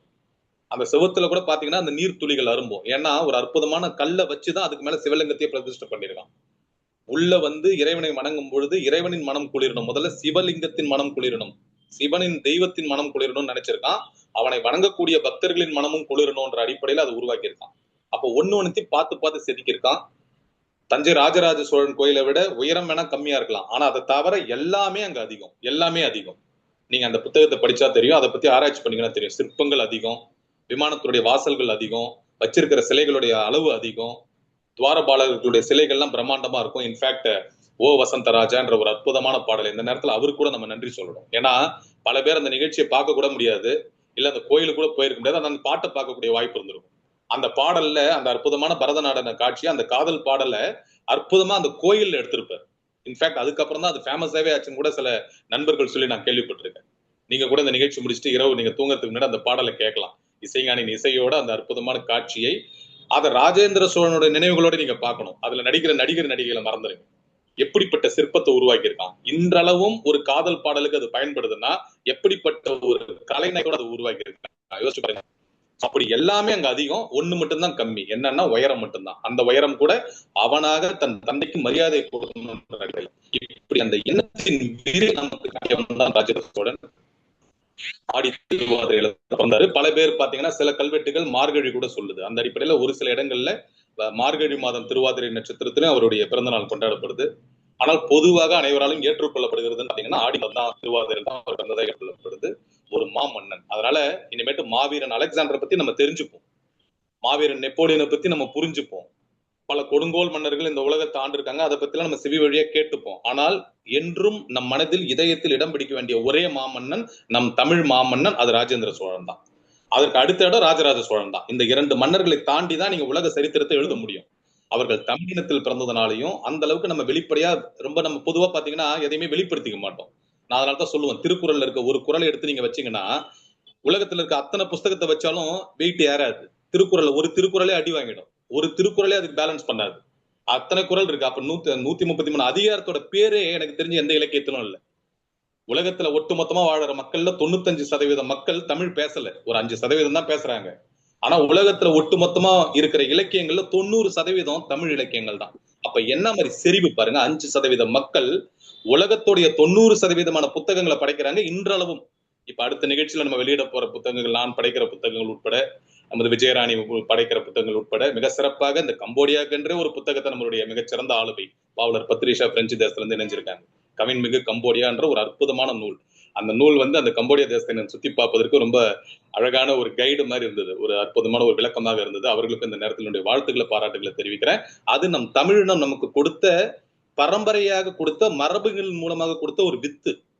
இன்னைக்கு யோசிச்சு பாருங்க, நம்ம தமிழ் குழந்தைங்களுக்குமே பீச்ல நீங்க விடுங்க, முதல்ல போன உடனே நான் என் பாப்பா கிட்டே அதை பார்த்திருக்கேன், செக் பண்ணியே பார்த்தேன். மத்த எந்த குழந்தை போனாலும் இப்ப நான் அப்சர்வ் பண்றேன், இது ஒரு ரிசர்ச்சாவே பண்றேன். நீங்க தமிழ் குழந்தையும் ஒரு வடநாட்டு குழந்தையும் விடுங்க, இல்ல வெளிநாட்டு குழந்தைங்களை விடுங்க, தமிழ் குழந்தை மட்டும் நேரா போயிட்டு மண்ணை நோண்டும், அப்படியே ஒரு கோபுரம் கட்டும், 4 பக்கம் ஓட்ட விட்டு இந்த 2 கையும் லாக் பண்ணிட்டு விளையாடும். நீங்க நல்லா யோசிச்சு பாருங்க. இது நம்ம ராஜேந்திர சோழன், ராஜராஜ சோழனுடைய வம்சத்தில் வந்த இனம். நீங்க அந்த மத்த குழந்தைகிட்ட பார்க்கவே முடியாது. நம்ம தமிழ் குழந்தை மட்டும் அது ஆட்டோமேட்டிக்கா மண்ணை நோண்டிடும், ஒரு கோபுரம் கட்டும், அது 4 வாசல் வைக்கும், ஒரு வாசலுக்கும் உள்ள கையை விட்டு லாக் பண்ணி விளையாடும். இது எப்படி இந்த குழந்தைக்கு மட்டும் வருதுன்னா என்ன, அது ஜீன்ஸ், அது வித்து. இது நம்மளுடைய வித்து இல்ல, இது தமிழினத்தின் வித்து. இது ராஜேந்திர சோழன் நமக்கு கொடுத்த வித்து. அப்படிப்பட்ட ஒரு மாபெரும் இனத்துல நம்ம பிறந்திருக்கோம். அந்த பெருமையை நம்ம என்னைக்கு விடக்கூடாது. அதனால தான் நான் பல நிகழ்ச்சிகளை சொல்லியிருக்கேன், மனிதன், மருத்துவன், தமிழன், இந்தியன் என்று 4 அடையாளங்கள் தான் முக்கிய அடையாளங்களா நான் பாக்குறேன். அதை தாண்டி பல அடையாளங்கள் இருக்கலாம். 3 கார் இருக்கு, 2 வீடு இருக்கு, 10 பிளாட் இருக்கு, பல கோடி இருக்கு, அதெல்லாம் வேற விஷயம். அது எப்போது இருக்கும், இல்லாம போகுது, வேற விஷயம். ஆனால் இந்த 4 அடையாளங்கள் தான் மிக முக்கிய அடையாளங்கள். நான் யார் அப்படின்னு கேட்டா, நான் யாருன்னா உண்மையை சொல்லணும்னா நான் யார் என்பதை கேட்பதற்கான கேள்விதான் ஆன்மீகமே. அது தனிக்களம். அதை பற்றி டிசம்பர் மாதம் நம்ம நிறைய நிகழ்ச்சி பண்றோம். இந்த நேரத்துல அதையும் சொல்லிடுறேன். ஸோ அடுத்தடுத்த நிகழ்ச்சிகளாக நம்மளுடைய வருகின்ற சனிக்கிழமை என்று நம்மளுடைய ஒன்று கூடல் நடக்குது. அடுத்த புதன்கிழமையிலிருந்து வரிசையாக 4 புதன்கிழமைகளுமே நம்மளுடைய நிகழ்ச்சிகள் இருக்கு. டிசம்பர் மாதம் ஒரு முக்கியமான மாதமா நம்ம எப்போதுமே கொண்டாடுவோம் நம்ம தமிழ் முதல்ல. அடுத்த புதன்கிழமை கொடிநாளுக்கான ஒரு நிகழ்ச்சி இருக்கு. அதற்கடுத்த புதன்கிழமை நம்மளுடைய ஆண்டாள், தமிழை ஆண்டாள் என்ற தலைப்புல நம்ம ஆண்டாள் அம்மையை பத்தி பேச போறோம். அதற்கடுத்த புதன்கிழமை திருவம்பாவை பத்தி பேச போறோம்.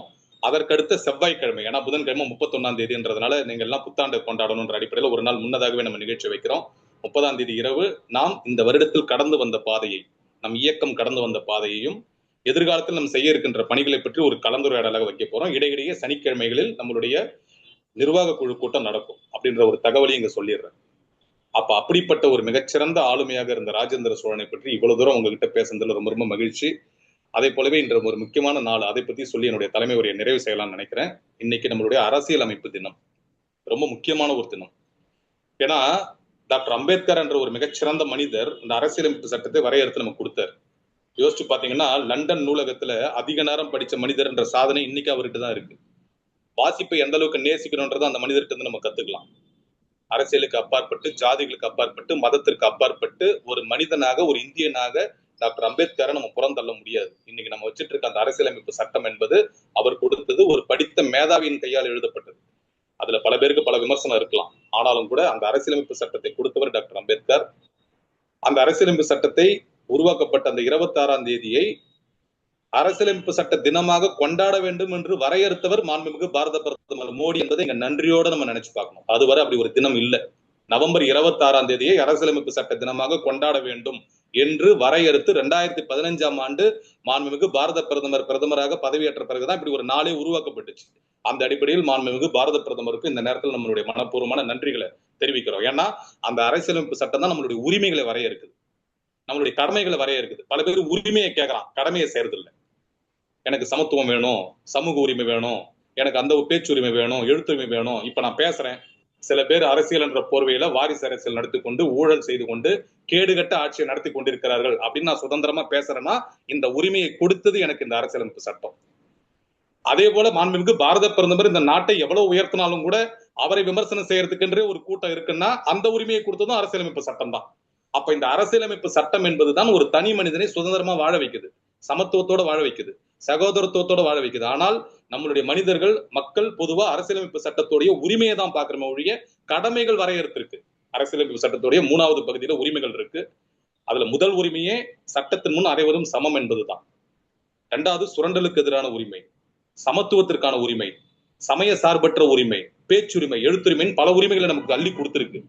ஆனால் அடிப்படை கடமைகள் ஒண்ணு 4வது பகுதியிலே இருக்கு. அதுல மிக முக்கியமான கடமையே தேசிய கொடியை நான் மதிப்பேன், இந்த தேசத்தின் பொது சொத்துகளுக்கு ஊறு விளைவிக்க மாட்டேன், தேசத்தின் இறையாண்மைக்கு குந்தகம் விளைவிக்கிற மாதிரி நடக்க மாட்டேன், தேசத்திற்காக பாடுபட்ட தலைவர்களை வணங்குவேன், இந்த தேசத்தின் நல்லாட்சிக்கு நான் பாடுபடுவேன், இந்த இறையாண்மைக்கு என்றைக்கும் நான் வித்திட மாட்டேன், எந்த விதமான ஊரும் செய்ய மாட்டேன். கடைசியா இப்ப ஒண்ணு சேர்த்திருக்காங்க, 6 வயது முதல் 14 வயது வரை குழந்தைகளுக்கு கல்வியை அளிப்பேன்.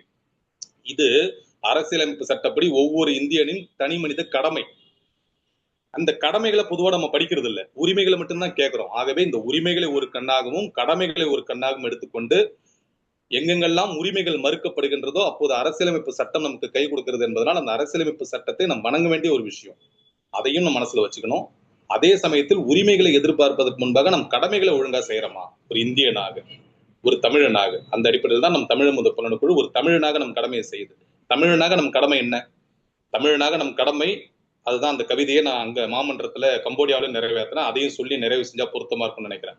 கல்லெடுத்து முள்ளெடுத்து காட்டு பெருவழியை மல்லெடுத்து திண்டோல் மரத்தால் வளப்படுத்தி ஊராக்கி உங்கும் நகராக்கி நாடென்று வாழ்ந்த பெருமை பெற்றானவன், மாநிலத்தை குறிஞ்சி முல்லை மருதம் நெய்தல் என்று நானிலமாக பிரித்தாண்ட நாகரிகம் ஐந்தனவன், ஆழக்கடல் கடந்தான் அஞ்சும் சமர் கடந்தான் சூழும் பனிமலையை சுற்றி கொடி பொறித்தான் முக்குளித்தான் ஆழிக்குள் முத்தெடுத்தான் தோணிக்குள் எக்களிப்பு மீதுர ஏலம் இலகு முதல் பண்டங்கள் பழையேற்றி பயன் நல்கும் வாணிகத்தால் கண்டங்கள் பல சுற்றி களமேறி வந்தவன் தான், அஞ்சாமை மிக்கவன் தான், சான்றோர்கள் அஞ்சுவதை எண்ணி அஞ்சு அகற்றிடுவான்.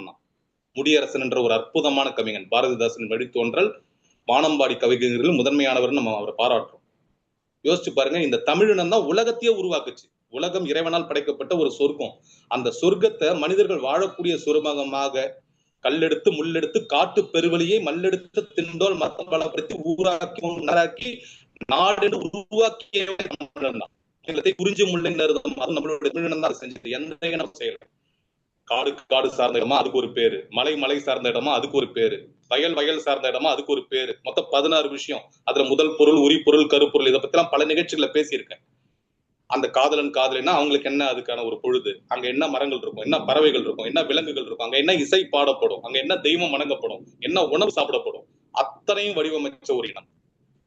மாநிலத்தை குறிஞ்சி முல்லை மருதம் நெய்தல் என்று நானிலமாக பிரித்தாண்ட நாகரிக மைந்தனவன் ஆழக்கடல் கடந்தான். அதுக்கு மிகப்பெரிய உதாரணம் தான் நம்மளுடைய ராஜேந்திர சோழன். இன்னைக்கு எல்லாருமே சேட்டலைட்டை வச்சு பாக்குறோம், சிக்னல் பாக்குறோம். அன்னைக்கு எப்படி கடந்தான்? ஆமையை வைத்து கடல் கடந்தான். அந்த ஆமையை உற்று நோக்கியிருக்கான். அதனாலதான் எல்லா உயிர்களும் இன்புற்று வாழ்வதே அல்லாமல் நாமொன்றும் அறியேன் பராபரமே. வாடிய பயிரை கண்ட போதெல்லாம் வாடினேன் இருந்த வித்துக்களை நம்ம தமிழினம் ஏன் கொடுக்குதுன்னா, ஒவ்வொரு உயிரினத்தையும் பார்த்து அந்த உயிரினத்தின் மூலமாக என்ன நம்ம கத்துக்கலாம்னு பார்ப்பான் நம்ம தமிழன். அப்படி இந்த ஆமைகள் என்பது ஒரு நீரோட்டத்துல எந்த நீரோட்டம் சரியான நீரோட்டமா இருக்கும் அந்த நீரோட்டத்துல தான் போகும்.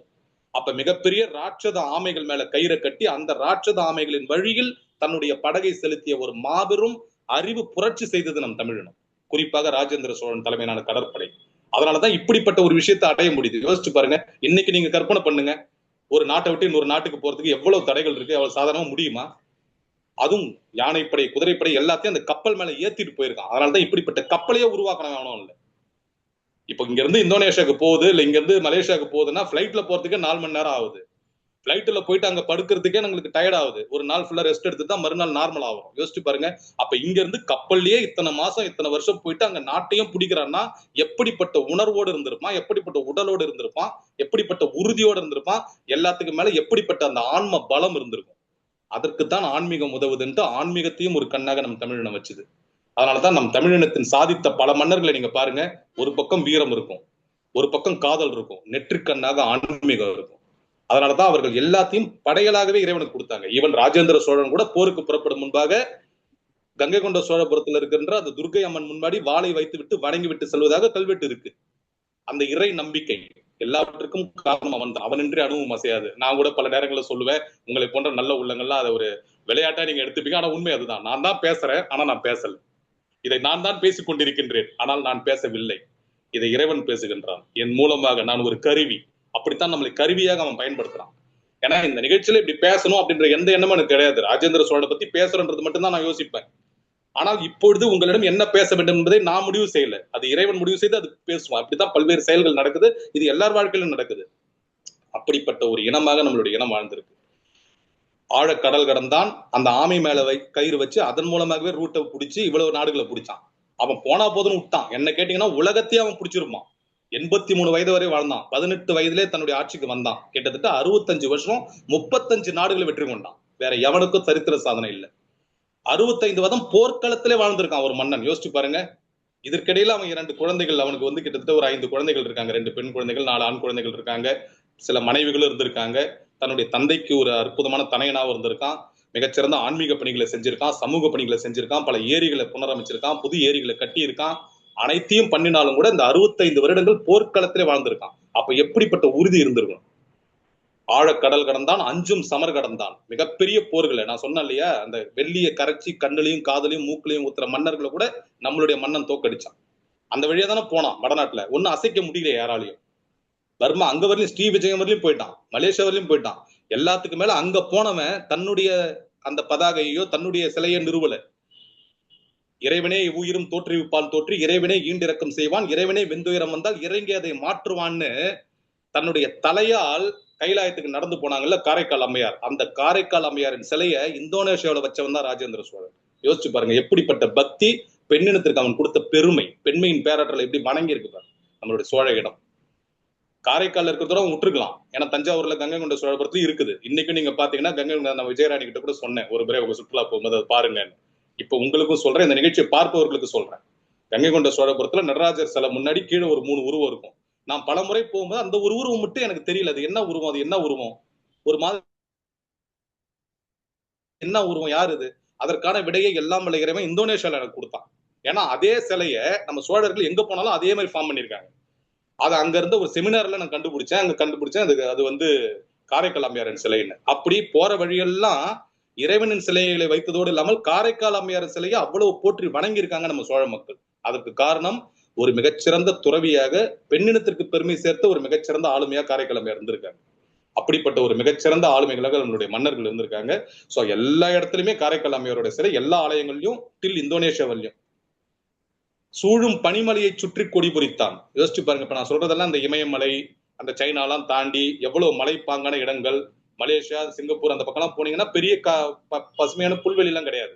பெரும்பாலும் பள்ளத்தாக்குகள், மலைகள் தான். அதை சுற்றி நம்மளுடைய கொடியை பறக்க விட்டான். சூழும் பனிமலையை சுற்றி கொடி பொறித்தான், முக்குளித்தான். கடலையும் விட்டு வைக்கல. அன்னைக்கு இன்னைக்கும் பாத்தீங்கன்னா பாண்டியர்கள் அளவுக்கு முத்தெடுத்தவன் கிடையாது, சேர சோழ மன்னர்கள் அளவுக்கு. அதனாலதான் சேர நாடு வேழமுடைத்து. ஏன்னா சேர நாட்டுல இருக்கிற அளவுக்கு யானைகள் இல்லை. சோழ நாடு சோறுடைத்துன்னா, ஏன்னா அவ்வளவு சோறு கொட்டி கிடக்குமா. யானையை வச்சு களம் அடிச்ச ஆளு நம்மளால. யோசிச்சு பாருங்க, இன்னைக்கு மாடே கிடைக்க மாட்டேது, பல பேருக்கு மிஷின் அடிச்சிட்டு இருக்கு. அன்னைக்கு யானையை விட்டு அந்த அரிசியை தனியா பிரிக்கிறாங்க. அப்ப எவ்வளவு யானை இருந்திருக்கணும், அந்த யானைக்கு எவ்வளவு சோறு போட்டிருக்கணும், இதெல்லாம் நீங்க கற்பனை பண்ணுங்க. எப்படிப்பட்ட இனத்துல நம்ம பிறந்திருக்கோம். அதனாலதான் அந்த நிகழ்ச்சியிலும் சொன்னேன், கம்போடியால இதை நான் குறிப்பிட்டு தான் என்னுடைய உரையை முடிச்சேன். பல பேர் பிறவி வேணாம்னு சொல்லுவாங்க. நம்ம வள்ளுவர் கூட அதான் சொல்றாரு, பிறவி பெருங்கடல் நீந்துவர் நீந்தா இறைவனடி சேராதவர்னு. நான் பிறவி வேணும்ன்ற, பல பிறவிகள் வேணும். இன்னும் இந்த தமிழினத்தின் சுவையை பருக, தமிழன் என்ற பெருமையை உணர, இன்னும் தமிழின் அந்த சுவையை முழுமையா படிக்க. ஏன்னா தமிழினத்தின் பெருமையை நீங்க உணர்றதுக்கே ஒரு 1000 பிறவி வேணும். 1000 பிறவி வேணும், ஒரு பிறவி பத்தாது. நம்ம பேசுறதுலாம் ஒண்ணுமே இல்லை, ஒரு புள்ளி, கடலின் ஒரு துளி. அப்படிப்பட்ட இனம், பறந்து விரிந்த இனம். ஏன்னா எதையும் விட்டு வைக்கலையே. கலை, இலக்கியம், அரசியல், ஆன்மீகம், பண்பாடு, கலாச்சாரம், நடனம், நாட்டியம், பாட்டு, இசை, ஒரு விவசாயம், பாசனம், உணவு உற்பத்தி, மரங்கள், பூக்கள், என்ன உச்சகட்டம். இன்னும் நான் இலக்கியத்துக்குள்ளே நுழையல. மிகச்சிறந்த மன்னர்களாக இருந்த ராஜேந்திர சோழன், ராஜராஜ சோழன் தான் மிகச்சிறந்த இலக்கியங்களை மீட்டெடுத்தாங்க. ராஜராஜ சோழன் தான் நம்ம சொல்றோம்ல, குனித்த புருவமும் கொவ்வை செவ்வாயில் குமின் செருப்பும் பனித்த சடையும் பவளம் போல் மேனியில் பால் வெந்நீரும் இனித்த முறையை எடுத்த பொற்பாதமும் காணப்பட்டால் மனித்த பிறவியும் வேண்டுவதே மாநிலத்தின் தேவாரத்துல பாடினார் திருநாவுக்கரசர் அப்பர். அந்த பாடலை எல்லாம் மீட்டெடுத்தவன் ராஜராஜ சோழன் தான். அதை போலவே வையம் தகலியாய் வார்களிலே நெய்யாக வெய்யக்குதிரம் விளக்காக செய்ய சுடராழ நடிக்க சூட்டினேன் சொல்மாலை இடராழி நீங்குவே நமக்கு பொய்கையாளர் பாடினார்ல 4000 திவ்ய பிரபந்தத்துல. அதை மீட்டெடுத்தவன் ராஜேந்திர சோழன். இந்த உண்மை பல பேருக்கு தெரியாது. ஒரு பக்கம் சைவத்திற்கான பாடல்களை மீட்டெடுத்தவன் நமது ராஜராஜன், ஒரு பக்கம் வைணவத்திற்கான பாடல்களை மீட்டெடுத்தவன் 4000 திவ்ய பிரபந்தத்தை நமது ராஜேந்திர சோழன். அப்ப ஆன்மீகத்தையும் அவங்க விட்டு வைக்கல. அப்ப எதையுமே விட்டு வைக்காத ஒரு இனமாக இந்த உலகத்துல ஒரு இனம் வாழ்ந்திருக்குன்னா, அந்த இனத்தின் நீட்சியாக நம்ம வாழறோம்னா, இதை விட ஒரு பெருமை நமக்கு என்ன இருக்க முடியும்? அப்ப அதன் வழித்தோன்றலாக அதில் ஒரு துளியாவது நம்ம சாதிக்கணும். அதைதான் நேத்து என்னுடைய இல்லத்திலையும் பேசிட்டு இருந்தேன். ஒரு சில நண்பர்கிட்டையும் சொன்னேன், எப்படி 35 நாடுகளை வெற்றி கொண்டாலோ அப்படி ஒரு 35 நாடுகளை பார்க்கணும், அதுதான் என்னுடைய ஆசை அப்படின்னு சொல்லிட்டு இருந்தேன். இது என்னுடைய ஒரு தனிப்பட்ட ஒரு கொள்கையாக வச்சது. ஏற்கனவே ஒரு 13-14 நாடுகள் அறிவிக்கிறேன். இன்னொரு 20 நாடுகள் இல்லாமல் இருந்தாலும் உங்களை போன்ற உள்ள நாசிக்கணும். ராஜராஜ சோழன், ராஜராஜ சோழன் ராமன்னர்களுடைய அருளும் இருந்தா அதுவும் அடிப்படையில கிட்டத்தட்ட 65 வருட போராட்டத்தில் பயணிப்பது 35 ஆண்டுகளை 35 நாடுகளை வெற்றி கொண்டிருக்கான். 25 வயதிலேயே நம்ம இப்ப 40-45 வயசுல அவரை பத்தி பேசிட்டு இருக்கோம். இன்னும் 60-70 வயசுல அவருடைய புராணங்கள் பேசிட்டு இருக்கோம். அப்ப ஆழக்கடல் கடந்தான், அஞ்சும் சமர் கடந்தான், சூழும் பனிமலையை குடி பொறித்தான், முக்குளித்தான். நான் சொன்னது போல அந்த பாண்டிய நாட்டுல கடல்ல அந்த முக்குளித்தான். அதுக்காகவே ரோமாபுரியில இருந்து மன்னர்கள் இங்க வந்து வாங்கிட்டு போனாங்க. ஆழிக்குள் முத்தெடுத்தான். அவளை கடலுக்குள்ள போயிட்டு முத்தெடுக்கிறதுன்றது சாதாரண வேலையா? யோசிச்சு பாருங்க. கடற்கரையில சாதாரண அந்த சங்க நீங்க பொறுக்கிறதுக்குள்ள அந்த சங்க அலை வந்து அடிச்சுன்னு போயிடும். ஒரு 2 சங்க நீங்க எடுக்கலாம்னு பாக்குறதுக்குள்ள அலை வந்து அடிச்சுன்னு போயிடும். நான் ட்ரை பண்ணிருக்கேன். ஆனா ஆழிக்குள்ள மூக்க பொத்தி மூச்சை பொத்தி முத்தெடுக்கிறது சாதாரண வேலையா? அதை நம் தமிழினம் செஞ்சது, உலகுக்கு வழிகாட்டுது. முக்குளித்தான், ஆழிக்குள் முத்தெடுத்தான், தோணிக்குள் எக்களிப்பு மீதூர ஏலம் இலகு முதல் பண்டங்கள் பல ஏற்றி. ஏன்னா இங்கதான் விளைஞ்சது எல்லாமே, குறிப்பாக நம் தமிழ் தேசத்துல. அதனாலதான் ஏலகிரின்னு ஒரு ஊரே இருக்குது. அங்கதான் ஏலக்காய் நிறைய விளையும். இன்னும் கோபிச்செட்டிப்பாளையம் போன்ற ஊர்கள்ல நம்மளுடைய தமிழினம் தான் உலகத்துக்கே தேவையான மசாலா பொருளை இன்னைக்கும் கொடுத்துட்டு இருக்கு. அப்ப ஏலம் மிளகு முதல் பண்டங்கள் பல ஏற்றி பயனல்கும் வாணிகத்தால் கண்டங்கள் பல சுற்றி, நாடுகள் இல்ல பல கண்டங்கள், ஆசியா கண்டம், ஆப்பிரிக்கா கண்டம், அமெரிக்கா கண்டம், ஐரோப்பா கண்டம்னு பல கண்டங்களை கடந்து போனவன் நம் தமிழன். எந்த விதமான பிளைட் இல்ல, கப்பல் இல்ல, ஷிப் இல்ல, மாலுமிலாம் இல்ல. சாதாரண அறிவு, ஆன்மீகம், ஆன்ம பலம், மனோபலம், உடல் உறுதி. எல்லாத்துக்கு மேல வள்ளுவன் சொன்னது போல உள்ளுவதெல்லாம் உயர்வுள்ளது. அவ்வளவுதான். கண்டங்கள் பல ஏற்றி பயனல்கும் மாணிகத்தால் பண்டங்கள் பல ஏற்றி களமேறி வந்தவன் தான் அஞ்சாமை மிக்கவன் தான். சான்றோர்கள் அஞ்சுவதை எண்ணி அஞ்சி அகற்றிடுவான். அதனால அவனுக்கு பயம் என்பதே கிடையாது. அதே சமயத்துல பயம் இல்லைன்றதுனால பாம்பை தூக்கி, ஒரு நாகப்பாம்பை தூக்கி மூஞ்சுக்கு நேரம் வச்சு கொத்து அப்படின்னு சொல்ல மாட்டான். சான்றோர்கள் அஞ்சுவதை எண்ணி அஞ்சி அகற்றிடுவான். சான்றோர்கள் வழியின்படி நடப்பான். புறம் கூறாமைன்னு வள்ளுவர் சொன்னா புறம் கூறக்கூடாது. பயனில சொல்லாமைன்னு வள்ளுவர் சொன்னா பயனில சொல்லக்கூடாது. பொய்மை வாய்மைன்னு சொன்னா அதை கடைபிடிக்கணும். கொல்லாமைன்னு சொன்னா செய்யக்கூடாது. நிலையாமைன்னு சொன்னா அதை புரிஞ்சுக்கணும். இப்படி அப்படி அதனால்தான் வள்ளுவரே பாத்தீங்கன்னா சிலதெல்லாம் பாசிட்டிவா சொல்லியிருப்பாரு. இனியவை கூறல் என்று இருப்பாரு, பயனில சொல்லாமை என்று இருப்பாரு. அதை பத்தி எல்லாம் விரிவா நம்ம பல கலங்கள்ல பேசியிருக்கோம். அப்படி அஞ்சாமை மிக்கவன் தான், ஆனால் அதே சமயத்தில் சான்றோர்கள் அஞ்சு எண்ணுவதை அகற்றிடுவான், எண்ணி அஞ்சுவதை அகற்றிடுவான் என்று அந்த பாடல்ல ரொம்ப அற்புதமா சொல்லியிருப்பாரு. அப்படிப்பட்ட அந்த பாடல் வரிகளுக்கு பொருத்தமான மன்னனாக வாழ்ந்தவன் தான் ராஜேந்திர சோழன். அப்படிப்பட்ட ராஜேந்திர சோழனுடைய 1000வது ஆண்டு விழாவை நாம் கொண்டாடியது என்பதே ஒரு கூடுதல் மகிழ்ச்சி. மீண்டும் ஒரு முறை, ஏற்கனவே சொன்னாலும் கூட மீண்டும் ஒரு முறை இப்படிப்பட்ட ஒரு பொன்னான நிகழ்ச்சியை உலக தமிழர்களை ஒன்றிணைத்து மிகச்சிறப்பான அந்த நகரத்தில், குறிப்பாக நம் தமிழ் மன்னனால் ஒரு மிகப்பெரிய ஆலயத்தை, உலகத்தின் முதல் புராதன சின்னமாக இருக்கின்றது அங்கோர்வாட் என்ற பகுதியில் அங்கு நடத்திய அந்த அங்கோர்வாட் தமிழ்ச்சங்கத்துடைய தலைவர் அவர்களுக்கும், செயலாளர் நம்மளுடைய தாமரை அவர்களுக்கும், சீனிவாசராவ் அவர்களுக்கும் என்னுடைய மனப்பூர்வமான நன்றிகளை மீண்டும் காணிக்கையாக்கி, அந்த நிகழ்ச்சியில் என்னுடன் இணைந்து பயணித்த அத்தனை ஆளுமைகளுக்கும் என்னுடைய வணக்கத்தை சொல்லி, இந்த இந்திய அரசியலமைப்பு சட்டத்தை தந்த அத்தனை நபர்களுக்கும், அதை கடைபிடித்து ஒரு நல்ல குடிமகனாக வாழ்ந்து கொண்டிருக்கின்ற அத்தனை இந்தியர்களுக்கும் அரசியலமைப்பு சட்டத்தின வாழ்த்துக்களையும் சொல்லி, வெகு விரைவில் நம்மளுடைய பல்வேறு நிகழ்ச்சிகள் நம்ம இணைய போறோம். அத்தனை நிகழ்ச்சிகளும் உங்களுடைய அன்பளிப்பையும் உங்களுடைய பங்களிப்பையும் மிக சிறப்பான முறையில் எதிர்பார்க்கிறேன் என்று சொல்லி, அன்பளிப்புன்னு நான் சொல்றது பொருளாதார ரீதியான அன்பளிப்பு இல்ல, நீங்கள் கொடுக்கின்ற அன்பையும் ஆதரவையும் அப்படிதான் நீங்க எடுத்துக்கணும்.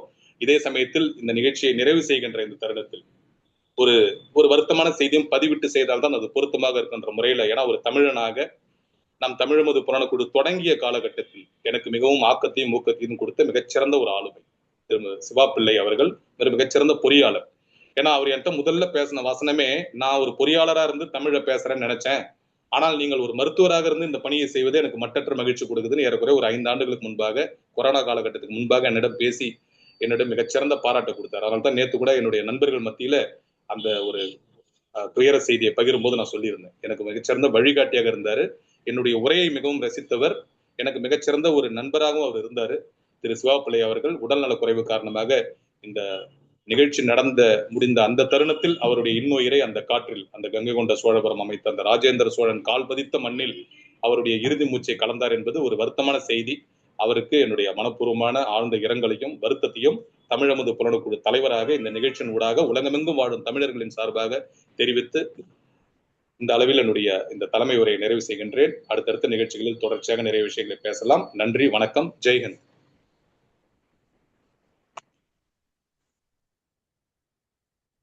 மிக அற்புதமான ஒரு தலைமை உரை. பயணங்கள் முடிவதில்லை, கடாரம் கொண்டான் கங்கை கொண்டான் என்ற தலைப்பிலே ராஜேந்திர சோழனுடைய பெருமைகள் எல்லாம் நம் தலைவர் அவர்கள் நிறைய சொன்னாங்க. தலைவர் அவர்கள் 10க்கும் மேற்பட்ட நாடுகள் போயிட்டு வந்திருக்காங்க, 100க்கும் மேற்பட்ட விருதுகள், 1000வது மேடை, அந்த கங்கை கொண்ட, அதாவது கடாரம் கொண்டானுடைய 1000வது விழாவில் ஆண்டு விழாவில் இவங்களுடைய 1000வது மேடை, 10,000க்கும் மேற்பட்ட மனிதர்களை சந்தித்து, 1,00,000க்கும் மேற்பட்ட மாணவர்களை சந்தித்து, மருத்துவம், தமிழ் மற்றும் சமூக பணிகளுக்காக நிறைய பணிகளை செய்து கொண்டிருக்கும் நம் மருத்துவர் அவர்களுக்கு நம் அனைவரின் சார்பிலும் நல்வாழ்த்துக்களை, நம் பாராட்டுக்களை அவர்களுக்கு மீண்டும் தெரிவித்துக் கொள்கின்றேன். சிறப்பான ஒரு உரை. இந்த பயணங்கள் முடிவதில்லைங்கிறது, சிங்கப்பூர் போயிட்டு ஒரு சிறப்பான நிகழ்ச்சி நடந்தது. அவ்வளோ அற்புதமா அங்க போயிட்டு வந்த செய்திகளை அப்படியே அழகா நமக்கு பயண கட்டுரை ஒண்ணு அப்படியே தொகுத்து நிகழ்ச்சியா கொடுத்தாங்க. அதை முடிச்சு கொஞ்ச நாளிலேயே அப்ப இந்த விழாவுக்கு போயிட்டு அங்க இருந்தப்பவே நமக்கெல்லாம் அந்த புகைப்படங்கள்லாம் அனுப்பியிருந்தாங்க, நிறைய பார்த்து ரசிச்சோம் இல்லையா. அந்த ரொம்ப சிறப்பான அந்த செய்திகள் எல்லாம் நிறைய சொன்னாங்க.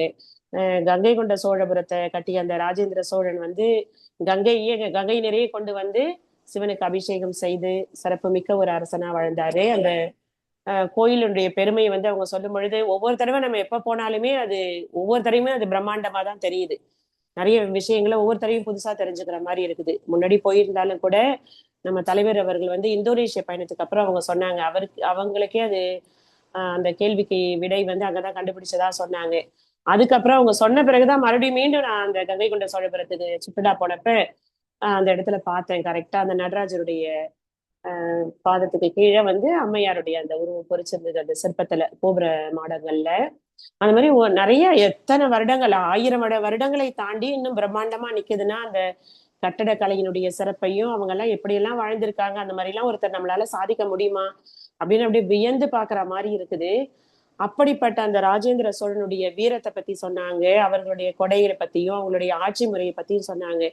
அதே போல இங்கிருந்து அவர் போய் கடல் கடந்து போயிட்டு மலேசியாவுல உள்ள அந்த கடாரம்ங்கிற பகுதியை வென்றிருக்காரு. அதனால கடாரம் கொண்டான் அப்படிங்கிற அந்த பெயரை வாங்கியிருக்காரு. அந்த இடத்துக்கு போயிட்டு அங்கிருந்தும் நமக்கு நம்மளுடைய தேசிய கொடியை அங்க பிடிச்சபடி நமக்கு புகைப்படங்கள்லாம் அனுப்பி சிறப்பான அந்த அனுபவங்கள்லாம் பகிர்ந்துட்டது நமக்கு ஞாபகம் இருக்கு. அதாவது ஒரு 1030 வந்து ராஜேந்திர சோழன் வந்து அந்த 1030ன்னு அந்த தேதி போட்டு கையெழுத்திட்ட ஒரு செப்பேடு. அந்த செப்பேடு வந்து திருவாலங்காட்டுல இருக்கிற அந்த செப்பேடு வந்து சொல்லுது அவர் வந்து அங்க கடாரம் என்ற அந்த வரலாறு சொல்லுது, வரலாற்று செய்தியா சொல்றாங்க. அப்படிப்பட்ட வரலாற்று சிறப்பு மிக்க அந்த ராஜேந்திர சோழன் அவருடைய அந்த விழா 1000வது விழாவை வந்து கம்போடியா நாட்டுல கொண்டாடி இருக்காங்க. அதுக்கு சிறப்பு விருந்தினரா போயிட்டு சிறப்பு அழைப்பாளரா போய் அங்க வந்து சிறப்புரை நிகழ்த்தி அதே போல அங்க உள்ள அந்த சிறப்புகளை எல்லாம் நமக்கு வந்து நிறைய பகிர்ந்துகிட்டாங்க.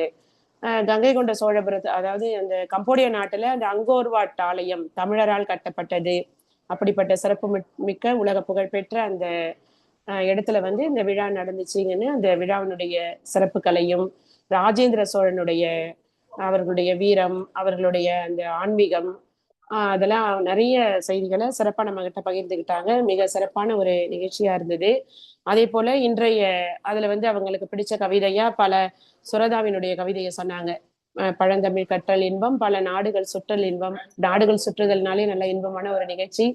அதுவும் ஒரு ஆன்மீக பயணத்தோட நமக்கு தமிழ் சார்ந்த பயணம், அதுவும் முறையா ஒரு இடத்துல வந்து நம்ம வந்து சிறப்பு விருந்தினரா கலந்துக்கிறதுலாம் ஒரு பெரிய இவ்வளவு பெரிய விஷயம். அப்படிப்பட்ட நல்ல நிறைய விஷயங்கள் எல்லாம் செஞ்சிட்டு இருக்காங்கும் போது அது உண்மையிலேயே மகிழ்ச்சியான இறைவனுடைய அது ஒரு ஆசை இருந்தாதான் அதெல்லாம் நடக்கும். அப்படிப்பட்ட சிறப்பான நிறைய அரிய செயல்களா செஞ்சிட்டு இருக்காங்க.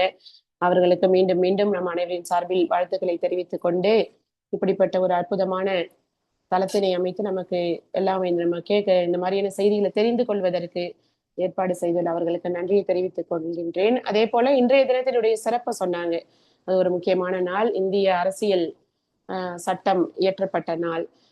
டாக்டர் அம்பேத்கருடைய தலைமையில வந்து அவங்க சட்டம் இயற்றி அந்த 1949 நவம்பர் 26ஆம் தேதி இந்த சட்டத்தை வந்து சட்டம் உருவாயிருக்கு. அந்த தினத்தை வந்து இது வரைக்கும் கொண்டாடல. ஆனா வந்து என்ன அந்த ஜனவரி 1950 ஜனவரி 26 வரைக்கும் வெயிட் பண்ணி இருந்திருக்காங்க. வெயிட் பண்ணி அதை வந்து குடியரசு தினமா அறிவிச்ச பிறகு அந்த குடியரசு தினத்தை நம்ம எப்போதும் கொண்டாடிட்டு இருக்கோம்.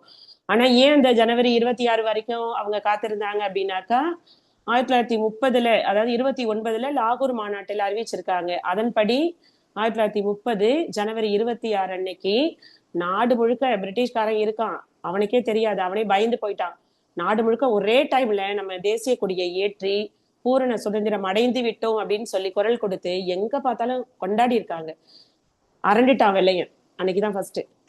அதுக்கு அப்போ வந்து அந்த முதல்ல நம்ம தேசிய கொடியை ஏற்றி நம்ம வந்து நாட்டினுடைய சுதந்திரம் அடைஞ்சிட்டோம் அப்படின்னு சொன்னதை வந்து அந்த நாளை வந்து அவங்க கொண்டாடி அந்த ஜனவரி 26க்கு கொண்டு வந்திருக்காங்க. அதுதான் அப்படிப்பட்ட சிறப்புமிக்க விழாவை நம்ம கொண்டாடினாலும் இப்போ நம்ம மாண்புமிகு பாரத பிரதமர் அவர்களுடைய முயற்சியாலையும் முன்னெடுப்பாலையும் தான் இந்த அரசியல் சட்டம் ஏற்படுத்தப்பட்ட நாளான இந்த நவம்பர் 26 வந்து நம்ம சிறப்பா கொண்டாடிட்டு இருக்கோம். இன்னைக்கு கூட எங்க பள்ளியிலையும் சிறப்பா இதுக்கு ஒரு பெரிய விழா எடுத்து உறுதிமொழி மொழிகள்லாம் எடுத்துக்கிட்டு புகைப்படம் கூட நம்ம தலைவர் கூட அனுப்பியிருந்தேன். அந்த மாதிரி நிறைய எல்லா பள்ளிகளையும் கொண்டாடினாங்க எல்லாருமே.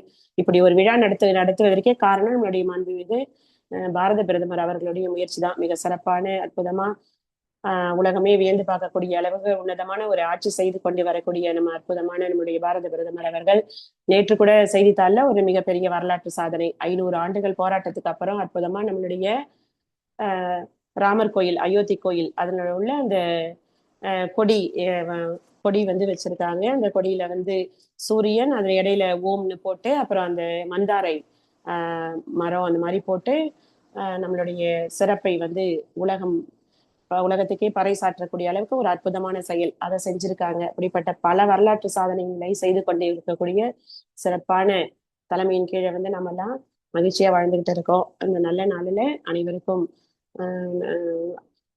அந்த அரசியல் சட்ட தினத்தின் வாழ்த்துக்களையும் கூறிக்கொண்டு இந்த சிறப்பான நிகழ்ச்சியை அழகா நம்ம வந்து அந்த கம்போடிய நாட்டுக்கே போன மாதிரி நம்மளை அழகா சுற்றுப்பயணம் புகைப்படங்களை பார்த்தோம், அடுத்த செய்திகளை கேட்டோம், நிறைய விஷயங்களை ராஜேந்திர சோழனை பத்தி நிறைய தெரிஞ்சுக்கிட்டோம். அதுக்காக மீண்டும் நம் அமைப்பின் தலைவர் மருத்துவர் அவர்களுக்கு மனம் நிறைந்த நன்றிகளை தெரிவித்துக் கொண்டு என்னுடைய உரையை முடித்துக் கொள்கின்றேன்.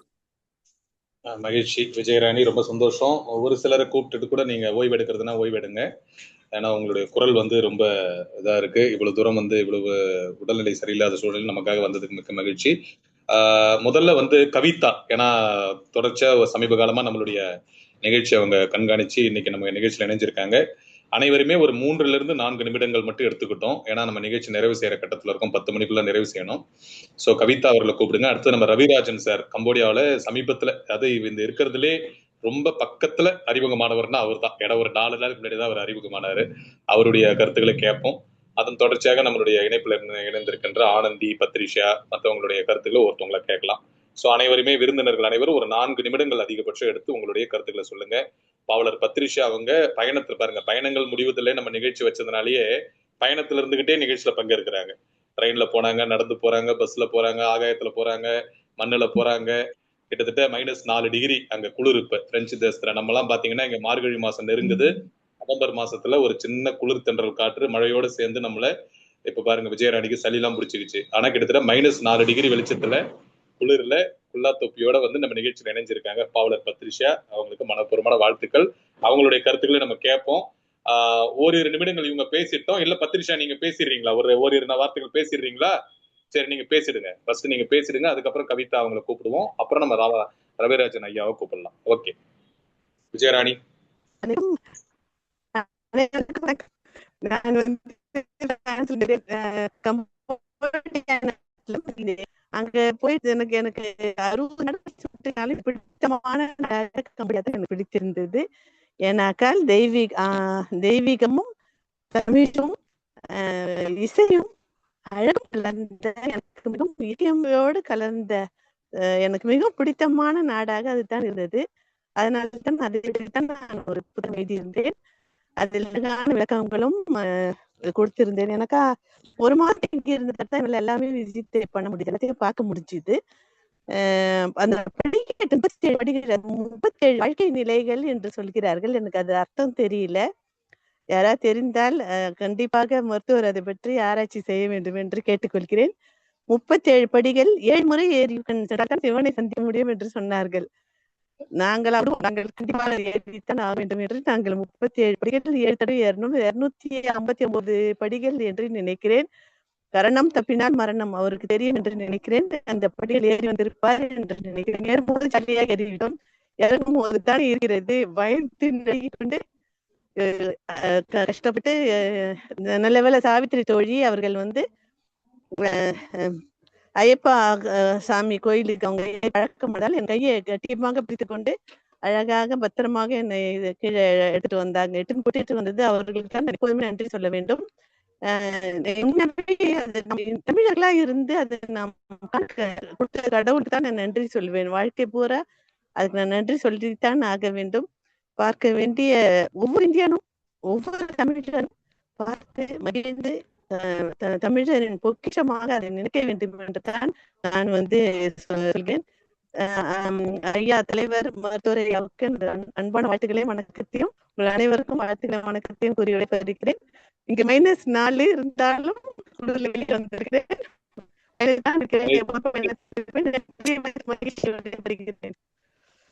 நன்றி நன்றி பாவலர் பத்ரிஷா. எப்போதுமே நம்மளுடைய இயக்கத்துக்கும் எனக்கும் மிகச்சிறந்த ஒரு ஊக்கத்தையும் ஆக்கத்தையும் கொடுக்கக்கூடிய ஒரு அற்புதமான ஆளுமை. பாருங்க, -4 டிகிரில பிரெஞ்சு தேசத்துல இருந்து இணைஞ்சிருக்காங்க.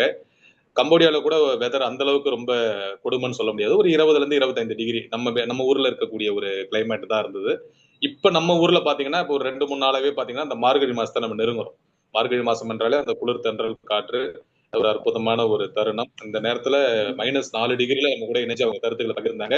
நான் கம்போடியாவை பத்தி இன்னும் விரிவா ஏன் பேசல அப்படின்னு சொன்னா, நம்ம அடுத்த நிகழ்ச்சி சனிக்கிழமையே நம்ம பாவலர் பத்ரிஷா அவர்கள் எழுதிய அந்த கவின்மிகு கம்போடியா அப்படின்ற புத்தகத்தை தான் நம்ம ஆய்வு செய்ய போறோம். அந்த நிகழ்ச்சியில அவங்க பத்ரிஷா பாப்பவர்களும் இணைவாங்க. அந்த நிகழ்ச்சியில அவங்க எழுதின புத்தகத்தோடு சேர்ந்து நான் சந்திச்ச அவங்க சொன்னாங்க இல்லையா, அந்த சிவன் ஆலயங்கள், அந்த படிக்கட்டுல போயிட்டு வந்தது, அதே போன்ற அனுபவங்கள் எல்லாத்தையும் உங்ககிட்ட தனியாக வெறும் பயணங்களை பற்றி மட்டும், கம்போடியாவை பற்றி மட்டும் நம்ம பகிருவோம். ஸோ வருகின்ற சனிக்கிழமை நம்ம நிகழ்ச்சியை ஒன்று கூடலோடு அவளர் பத்ரிஷா அவர் எழுதிய கவின்மிகு கம்போடி என்ற புத்தகத்தின் நூலாய்வு நடக்கும். அந்த நூலாய்வை நான் தான் செய்யறேன் அப்படின்ற தகவலை நான் தெரிவிக்கிறேன். இந்த அவைக்கு வந்து மிக சிறப்பான கருத்துக்களை சொன்னதுக்கு நன்றி. அடுத்தது விஜயராணி கவிதா அவர்களை கூப்பிட்டுருங்கம்மா. பயணங்கள் முடிவதில்லை நிகழ்ச்சியில பயணத்தில் இருந்து கொண்டே நமக்கு ஒரு பின்னூட்டத்தை வழங்கிய அன்பு சகோதரி பத்ரிஷியா அவர்களுக்கு நல்வாழ்த்துக்களை தெரிவித்துக் கொள்கின்றேன். அடுத்ததாக பின்னூட்டம் வழங்குவதற்கு கொங்கு மண்டலத்தில் இருந்து இணைந்திருக்கும் அன்பு சகோதரி இரா கவிதா அவர்களை அழைக்கின்றேன். வாருங்கள். அனைவருக்கும் இனிய தமிழ் வணக்கம். வணக்கங்க.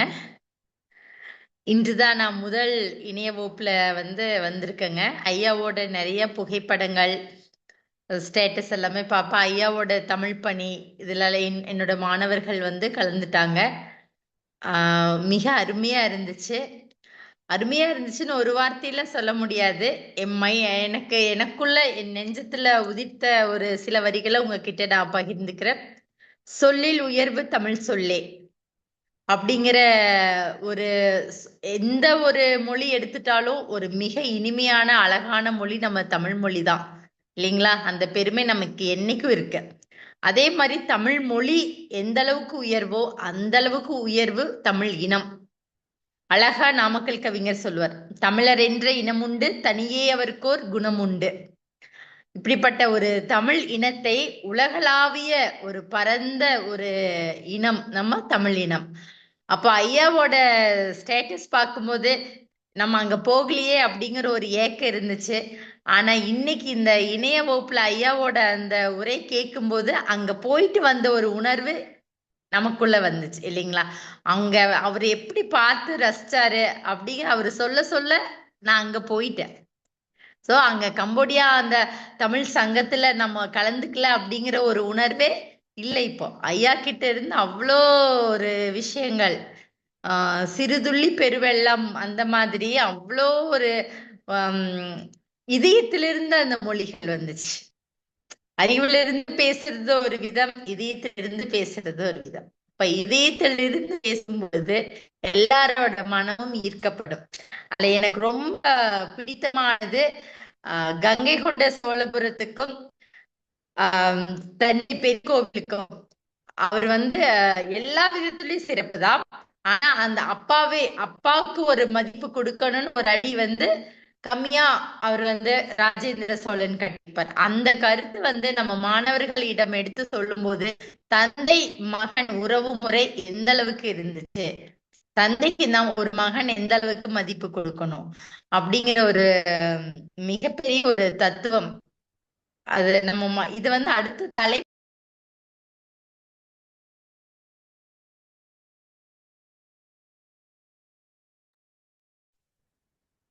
அவங்க இணையத்துல ஏதோ பிரச்சனை இருக்கும்னு நினைக்கிறேன். நீங்க நம்ம ரவிராஜன் ஐயாவை கூப்பிட்டுருங்க.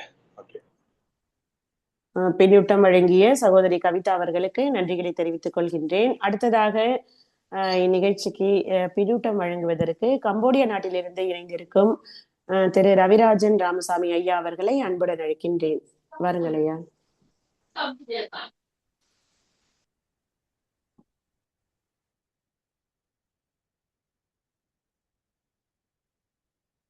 அன்மியூட் பண்ணிடுங்க ஐயா, அன்மியூட் பண்ணிடுங்க. அந்த மியூட் எடுத்துருங்க. கேக்குதுங்களா ஐயா? பேசலாம். அனைவருக்கும் வணக்கம் ஐயா. கேக்குதுங்களா? கேக்குதுங்க ஐயா, கேக்குதுங்க ஐயா, பேசலாம். நமது தமிழ் சொந்தங்கள் அனைவருக்கும் இனிய மாலை வணக்கம். இது இப்போ இந்த கம்போடியா நாட்டுக்கு போனதா இறையருளால் தான் நாங்க போக வேண்டிய சூழ்நிலை வந்தது. திடீர்னு என்னுடைய நண்பர்கள், என்னுடைய பையன் சொன்னாப்புல அங்க ரோட்டு போறீங்களா அப்படின்னாப்புல. அங்க போய் இந்த அளவுக்கு பெரிய ஆளுமையை சந்திப்போம்னு நான் நினைச்சே பார்க்கல. இதுக்கும் காரணம் நான் வணங்கும் சிவனுடைய தான். உண்மையில ஐயா இவ்வளவு தமிழ் பற்று இருக்கும்னு, ஆன்மீக பற்று இதெல்லாம் இருக்கும்னு நான் அங்க வச்சு ஒண்ணுமே புரிஞ்சுக்கல. அவர்கிட்ட மிஞ்சி போனா ஒரு 5 நிமிடங்கள் 10 நிமிடங்கள் உரையாற்றி இருப்பேன், அவ்வளவுதான். அவரும் அங்க இருக்கிற சூழ்நிலைக்கு ஏற்ற மாதிரி ஒவ்வொரு இடத்துக்கும் போயிருக்கிறாங்க. ஹாஸ்பிட்டல் போய் பார்த்துருக்குறாங்க. அதுவே எனக்கு ரொம்ப மகிழ்ச்சி. இப்போ கம்போடியா நாட்டை பொறுத்தளவில் ராஜேந்திர சோழனை பற்றி நம்ம எல்லாரும் பேசிக்கிட்டு இருக்கிறோம். இதே கங்கை கொண்ட சோழபுரமும் நான் போயிருக்கிறேன். கடாரம் கொண்டான் போகிறதுக்கு வாய்ப்பு கிடைக்கல. இறையர்கள் அங்கர்வாட் போயிட்டு அங்க நடந்த சூழ்நிலைகளை பார்க்கும்போது, ஆனா அங்க நகரம் வந்து இதா இருந்தாலும் தூய்மையா வச்சிருக்கிறாங்க. நம்ம தமிழ்நாட்டை எடுத்துக்கோங்க, எந்த கோயில்கள் கூட, சின்ன கோயில்கள் கூட தூய்மையா கிடையாது. அதை வந்து பராமரிக்கிறதுக்கு நம்ம ஏதாவது வழி பண்ண முடியுமா? அதுக்கு உண்டான இது வந்து நான் உங்களோட சேர்ந்து பணியாற்ற விரும்புகிறேன். அதனால என்னால முடிஞ்சதை நான் கண்டிப்பா இது பண்ணுவேன். ஏன்ட்ட எதுக்காக சொல்றேன்னா, இறையருளால் நான் என்னுடைய மூலியமா 2008 ஒரு சிறிய கோயில் கும்பாபிஷேகம் பண்ணேன். 2009 ஒரு சிவன் கோயில் வந்து கும்பாபிஷேகம் பண்ணேன். என்னுடைய இருப்பிடத்துல இருந்து ஒரு 7-8 கிலோமீட்டர் தொலைவில் உள்ள கோவில். 2009 பண்ணது பல்லவர் கால கோவில். அது வந்து பாத்தீங்கன்னா சிதிலம் அடைஞ்சு கிடந்தது. அந்த டைம் வந்து ஏடிஎம்கே அரசு தமிழ்நாட்டில் நடந்துகிட்டு இருந்தது. அவங்களுடைய இது வந்து ஆக்சுவலி கவர்மெண்ட் கண்ட்ரோல்ல இருந்த கோவில் அது. அதே மாரி அந்த அதிகாரிகள்கிட்ட சொல்லி ஒரு குறிப்பிட்ட அமைச்சரோட தம்பின்னு சொல்லி அந்த வேலையை முடிச்சோம். அது இறையருள் இல்லாம நடக்கிறதுக்கு வாய்ப்பே கிடையாது. அதனால கண்டிப்பா உங்களோட பயணிக்கிறதுக்கு நான் வந்து ரொம்ப ஆர்வமா இருக்கிறேன். மிக்க மகிழ்ச்சி ஐயா. நன்றி.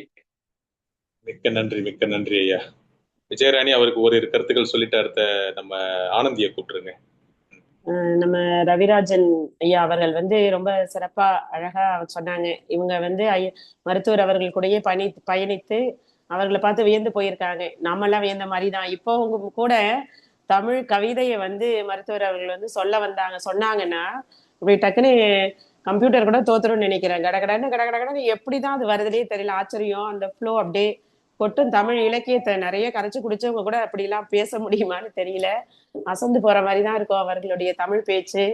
இவர் தமிழை ரொம்ப நல்லா ஊன்றி படித்து நிறைய மெத்த தமிழ்ல இலக்கியங்கள் எல்லாம் படித்த ஒரு பெரிய சான்றோர் மாதிரி பேசுறாருன்னு பல தடவை நாங்களே வியந்திருக்கோம். அதனால நம்ம சிறப்பு விருந்தினர் ஐயா வந்து வியந்து போனதுல ஆச்சரியமே இல்லை. ஏன்னா நாங்களாம் அப்படிதான் வியந்து போனோம். தமிழ் அப்படி பேச ஆரம்பிச்சாங்கன்னா அப்படி இருக்கும். அந்த சிறப்புகளையும் அவங்க வந்து அந்த ஆலயத்துக்கு போயிட்டு வந்தது, அப்புறம் நிறைய கோயில்லாம் திருமுழுக்கு இந்த குடமுழுக்கு விழா எல்லாம் நடத்திருக்கேன்னு சொன்னது வந்து ரொம்ப மகிழ்ச்சியா இருந்தது. மிகப்பெரிய சிறந்த ஒரு ஆளுமை நம்ம அமைப்புல வந்து நம்ம கூட இப்ப அவங்களுடைய கருத்துக்களை பகிர்ந்துகிட்டதுக்கு ரொம்ப மகிழ்ச்சி. பின்னூட்டம், சிறப்பான ஒரு பின்னூட்டமும் கொடுத்தாங்க.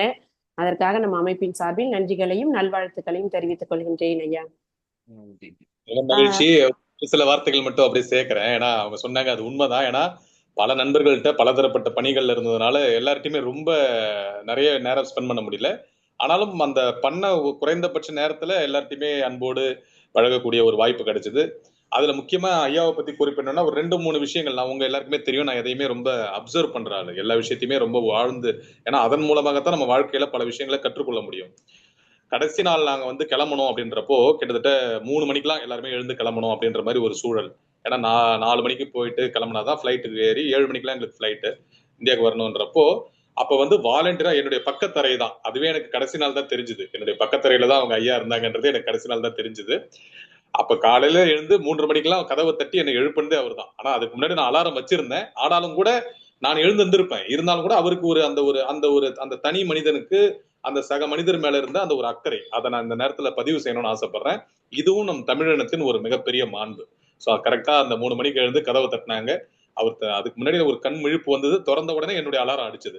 ஸோ அந்த அடிப்படையில ஐயாவுக்கு ஒரு கூடுதல் நன்றியை நான் தெரிவிக்கிறேன். ஏன்னா இது போன்ற நம்மை பற்றி மட்டும் நம்ம பார்க்காம பல இடங்கள்ல, இன்ஃபேக்ட் அந்த பாராட்டு சான்றிதழ் வாங்கும்போது கூட அவங்க பின்னாடி தான் நான் அதை கூட விளையாட்டா சொன்னேன், உங்களை போன்ற பெரியவர்கள் பின்னாடி இருந்தா எனக்கு நல்லா இருக்கும் அப்படின்னு சொல்லிட்டு அப்பயும் அவங்க பெருந்தன்மையோட அதை விட்டாங்க. ஸோ அது மாதிரி ஒவ்வொரு மனிதர்களோடுமே பல அனுபவங்கள், இன்னும் நிறைய ஆளுமைகள் பல பணிச்சூழல் காரணமா இணையல.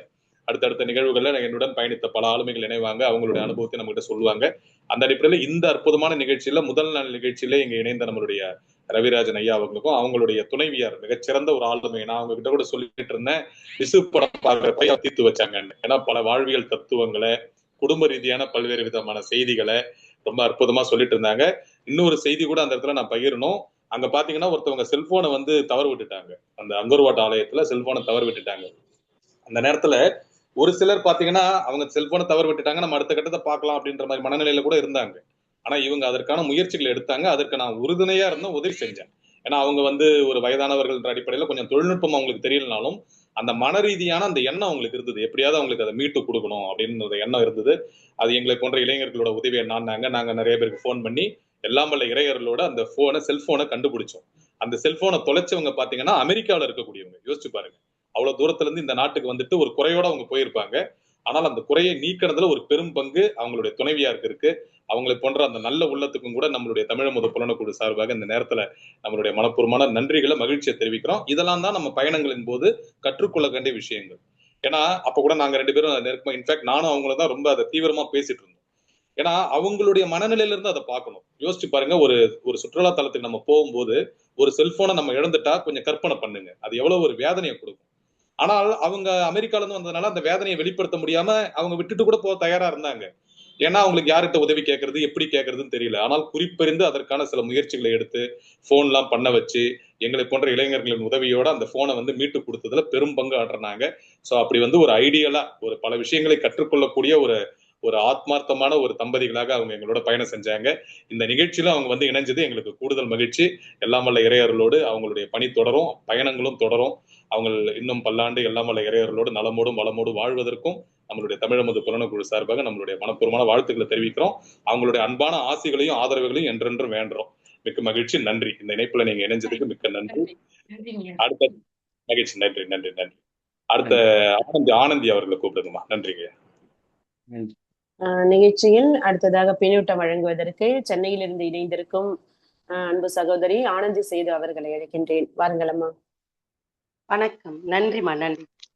தமிழமுது தளத்தின் அச்சுவேர் ஆணிவேராய் விளங்கி கொண்டிருக்கும் தமிழின் பால் பற்றும் பொதுவாகவே அச்சுவேர் ஆணிவேர சொல்றதை காரணமே அந்த இயக்கம் தொடர்ந்து ஆலமரம் போல வேரூன்றி விழுதோட இருக்கணுங்கிறதுக்காக நம்ம மருத்துவர் ஐயா வந்து தமிழை சுவாசிக்கிறது, தமிழை சுவாசிக்கிறது மட்டும் இல்லாம தமிழாவே அப்படியே மாறுறது, அப்படிப்பட்ட ஒரு நல்ல மனிதர்.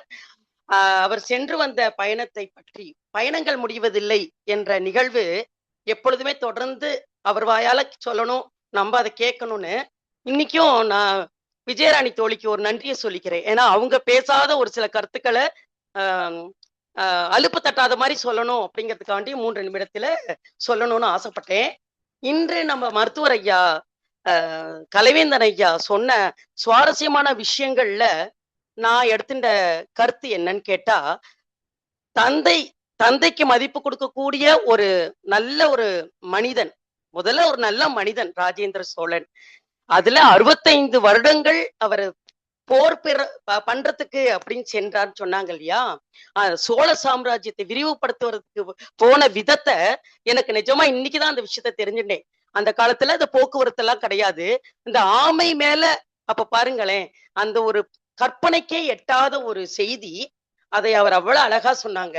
அதே மாதிரி எனக்கு விடை கிடைக்காத ஒரு கேள்வி இருந்துட்டே இருக்கும். என்னுடைய தம்பி குழந்தைகள், என் குழந்தைகள் எல்லாம் கடற்கரைக்கு கூட்டின்னு போறப்போ அந்த மண்ணை கட்டி அதை விளையாடுவாங்க, மேல ஒரு புல்லெல்லாம் வைப்பாங்க, விதவிதமா எல்லாம் பண்ணுவாங்க. என்னடா அது, இவர் சொன்ன மாதிரிதான் இந்த வேற மாநிலத்தை சேர்ந்த குழந்தைகள் எல்லாமும் பார்ப்போம். ஆனா அதுக்கெல்லாம் போய் கடற்கரையில காலம் நினைக்கிறதுக்கு தான் இருக்கும். ஆனா நம்ம குழந்தையெல்லாம் பார்த்தா இதுலதானே ஆர்வமா இருக்குன்றதுக்கு இன்னைக்கு நல்ல நிம்மதியான தூக்கம் வரும். அதற்கான விடையை எங்க தேடியும் கிடைக்கல. நம்ம மருத்துவர் கலைவேந்தன் ஐயா சொன்னதற்கு மிக்க நன்றி. அதே மாதிரி அரசியலமைப்பு சட்ட தினம் இன்று கொண்டாடப்படுது. நீ காலம்பர இன்று ஒரு தகவல்னு பார்ப்போம். அப்ப இந்த செய்தி இவர் சொல்லுவாரா அப்படின்னு நினைச்சேன். அது டெலிபதி போல் இருக்கு. இன்னைக்கு 2015 இந்த தினமானது நவம்பர் 26 கொண்டாடப்படுவதற்கு நம்ம மாண்புமிகு பாரத பிரதமர் தான் காரணம் என்ற செய்தியை சொன்னப்போ அப்படியே சிலிர்த்து போயிடுத்து எனக்கு. அதுக்கும் அவருக்கு ஒரு நன்றியை தெரிவித்துக் கொள்கிறேன்.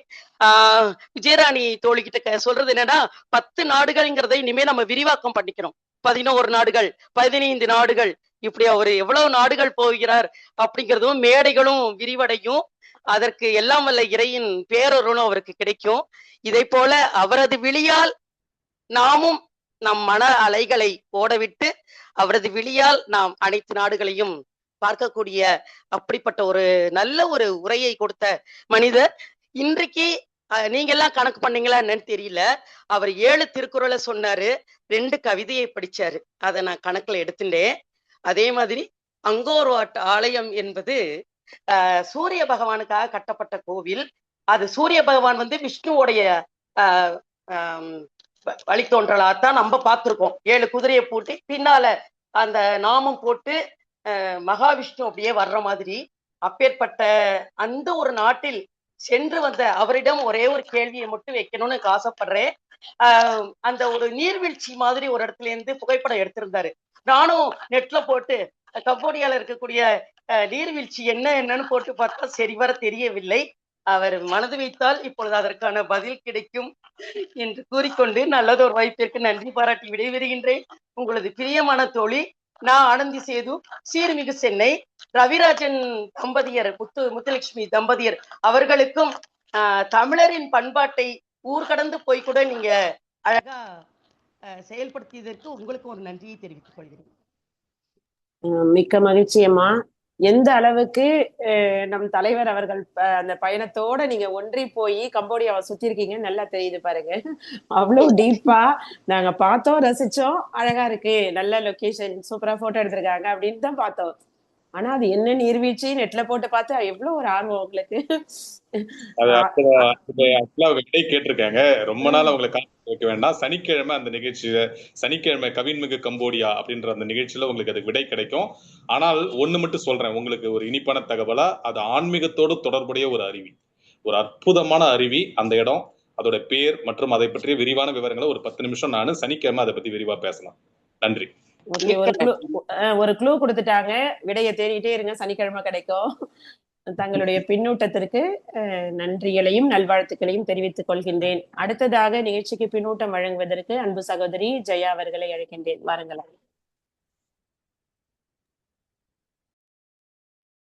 அனைவருக்கும் வணக்கம். நீண்ட நாளுக்கு அப்புறம் இன்று சந்திக்கிறோம். நம் இயக்கத்தின் தலைவருமான டாக்டர் ஐயா அவர்களுக்கும் என் இதற்கு வணக்கத்தை தெரிவித்துக் கொண்டு, அன்பு சகோதரி செயலர் ஜெயராணி அம்மா சகோதரி அவர்களுக்கும் என்னுடைய நன்றியை தெரிவித்துக் கொள்கிறேன். இன்னும் இருக்கும் அனைத்து சகோதரர்களுக்கும் என்னுடைய வணக்கத்தை தெரிவித்துக் கொள்கிறேன். நம் இயக்கத்தின் அச்சாணே என்று சொல்லுவதை விட ஆலமரமாகவே இருந்து கொண்டிருக்கிறார். தமிழின் ஆலமரம் நம் இயக்கத்தின் தலைவர். ஆலமரத்தின் அந்த தமிழின் விதைகளை தூவி கொண்டு இருக்கிறார். அது தமிழ் மீது உள்ள பற்று என்பதை விட என் இனம் தமிழடா என்ற அந்த பழமொழிக்கு ஏற்றவாறு ஐயா நடந்து கொண்டு இருக்கிறார். நம் அனைவருக்கும் தமிழ் பற்று இருப்பதால் தான் ஒன்று கூடி இருக்கிறோம். அதைதான் இது போல இன்னும் இருப்பவர் அனைவருமே ஒன்று கூட வேண்டும். தமிழ் எப்போதும் அழியக்கூடாது என்பதற்கு இன்று ஐயா தொகுத்து கொண்டு வழங்கி கொண்டிருக்கிற இந்த நிகழ்ச்சி கூட ஒரு எடுத்துக்காட்டு. ஏனென்றால் எப்படி சொல்வது, தமிழன் என்பதை விட இங்கேருந்து கங்கை கொண்ட சோழபுரம் ஆண்ட ஒரு ராஜராஜ சோழருடைய மகனாகப்பட்ட அவர் இங்கே இருந்து கம்போடியா வரைக்கும் போய் ஆண்டு இருக்கிறார். அதை அந்த தலைப்பிலே வரக்கூடிய காவிலே வரக்கூடிய நம் இயக்கத்தின் தலைவருமான கலைவேந்தன் ஐயா மூலியமாக நம்மளும் அதை தெரிந்து கொண்டோம். அந்த கலைகளை எல்லாம் நாம் இந்த ஜென்மத்தில் நான் பார்ப்பேனா என்று கூட தெரியாது. உண்மையை நான் வெளிப்படையாகவே சொல்லிவிடுகிறேன். எனக்கு அந்த கிருபை கொடுப்பனை இருக்கிறதா என்று தெரியாது. அதை என் மகன் தான் நிறைவேற்ற வேண்டும். இருந்தாலும் அதை எல்லாம் நான் அந்த ஐயா அந்த போட்டோஸ்லாம் அனுப்புவதும் ஸ்டேட்டஸ் வைப்பதும் அதெல்லாம் நம் புத்தகத்தில் நான் இன்னும் கூட நான் நிறைய புத்தகத்திலாம் பார்ப்பேன். நம்ம ஹிஸ்டரியெல்லாம் அவ்வளவா பார்க்கல, அதெல்லாம் இருக்கலாம். அதையெல்லாம் நான் இதுல இன்று ஐயாவின் பயணத்து மூலமாக நான் கண்டு விட்டேன். இந்த பிறவியின் பயனை அடைந்து விட்டேன் ஐயா. மிக மிக நன்றி ஐயா, அருமையாக தொகுத்து வழங்கினீர்கள். நாங்கள் அனைவருமே இந்த மகிழ்ச்சியை அனுபவித்து இருப்போம் ஐயா. அதனால அனைவர் மூலயமாகவே நான் இந்த இயக்கத்தின் மூலயமாக உங்களுக்கு நான் நன்றியை தெரிவித்துக் கொள்கிறேன் ஐயா. மிக்க மகிழ்ச்சி அன்பு சகோதரி. ரொம்பவும் அதாவது எல்லாருமே அப்படிதான் ரொம்ப சந்தோஷப்படுறோம், மகிழ்ச்சி அடைகிறோம். அந்த மாதிரியான வாய்ப்புகள்லாம் நமக்கு கிடைக்கிறது வந்து அரிதுதான். இறைவன் அருளால் இந்த மாதிரி நம்ம தலைவர் மாதிரி அவங்க நல்ல உள்ளங்கள் வந்து வெளிநாடுகள் போயிட்டு அவங்களுடைய பயணத்தை அவங்களோட முடிச்சுக்கல, தான் பெற்ற இன்பம் எல்லாரும் பெறணும்னு சொல்லிட்டு நிகழ்ச்சியா போட்டு அதை அழகா கிளம்பி போனதுலேருந்து திரும்பி வீட்டை வந்த வரைக்கும் உள்ள செய்திகளையும் அங்க உள்ள சிறப்புகள் எல்லாத்தையும் சொல்லி அந்த புகைப்படங்களையும் நமக்கு அனுப்பி நாமளே பயணித்த மாதிரி ஒரு உணர்வை ஏற்படுத்திய ஒரு அற்புதமான ஒரு நிகழ்ச்சி தான் இந்த பயணங்கள் முடிவதில்லைங்கிறது. இதுல என்னன்னா நிறைய நம்ம ஒவ்வொருத்தர போயிட்டு வந்து ஒரு நிகழ்ச்சி நடத்துறாங்க. எல்லாமே நமக்கு ரொம்ப பயனுள்ளதா இருக்கு. நிறைய விஷயங்களை தெரிஞ்சுக்கிறோம். சிங்கப்பூர் போயிட்டு வந்து சொன்ன செய்திகளை இன்னைக்கு நான் என்னுடைய மாணவர்கள் கிட்ட சொல்லிட்டு இருந்தேன். அந்த 11ஆம் வகுப்பு மாணவர்கள் வந்து டஸ்ட்பின்ல குப்பையை போடாம அவங்க அப்படியே போட்டிருந்தாங்க. இந்த ஈவினிங்ல ஸ்நாக்ஸ் கொடுக்குறாங்க அரசாங்கத்துல, அது மாணவர்கள் சாப்பிட்டுட்டு அந்த ரேப்பர்ஸ் எல்லாம் அப்படியே போட்டிருந்தாங்க. அப்ப நான் அந்த செய்தியை சொன்னேன், இந்த மாதிரி வந்து சிங்கப்பூர் போயிட்டு வந்து எங்க நண்பர் சொன்னாங்க அப்படின்னு இப்படி சொல்லிட்டு சொன்னேன்.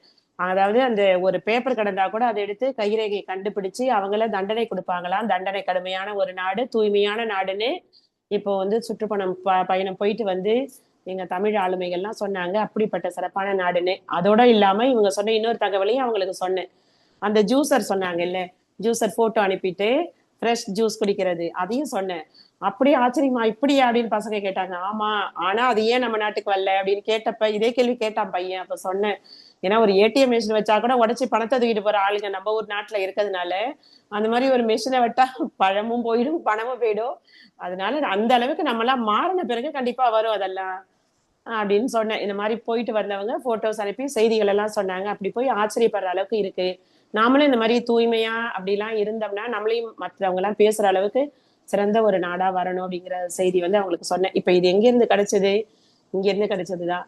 போயிட்டு வந்து செய்திகளை சொல்லும் பொழுது அது மனசுல ஏறிடுது. நமக்கு அதுக்கான சூழ்நிலைகள் வரும் பொழுது நம்ம இளைய தலைமுறைகள் கிட்ட அதை பகிர்ந்துக்கிறோம். அவங்களுக்கு அந்த எண்ணங்கள் வந்து கொஞ்சம் நம்ம வரதுக்கான வாய்ப்புகள்லாம் இருக்கு. இப்படி நிறைய செய்திகளை வந்து சொல்லியிருக்காங்க. அது போல அவங்களுடைய விருப்பத்தையும் தெரிவிச்சாங்க. சோழர்கள் கால் வைத்த எல்லா இடத்தையும் சுத்தி பார்க்கணும்னு. கண்டிப்பா இறையருளால் அது நடக்கணும். நாங்களும் இறைவனை வேண்டிக்கிறோம். 30க்கும் மேற்பட்ட நாடுகள் என்ன, இன்னும் நிறையவே உலகம் முழுக்கவே உலகம் சுற்றும் வாலிபராக நீங்க வந்து வளம் வந்து எல்லா நாடுகளையும் பார்த்து எங்களுக்கும் அந்த அடிக்கடி இந்த பயணங்கள் முடிவதிலே நிகழ்ச்சியை போட்டு எல்லா நாடுகளை பற்றிய சிறப்புகள் எல்லாத்தையும் சொல்லி நாங்களும் உலகத்தை சுத்தி பார்த்த மாதிரி ஒரு உணர்வினை பெறுவோம்னு சொல்லிக்கிட்டு இப்ப இந்த நிகழ்ச்சிக்கு அவங்க துளசி அம்மாள் வந்து லைன்ல இருக்காங்களான்னு தெரியல. துளசி அம்மாள் இருக்கீங்களா? இணைப்புல இருக்கீங்களா? இருக்காங்க. மருத்துவர் அவர்களுக்கு வாழ்த்துக்களையும் நன்றிகளையும் தெரிவித்துக் கொண்டு துளசி அம்மாள் அவர்களை வந்து பின்னூட்டம் வழங்குவதற்கு அழைக்கின்றேன். பாருங்களம்மா.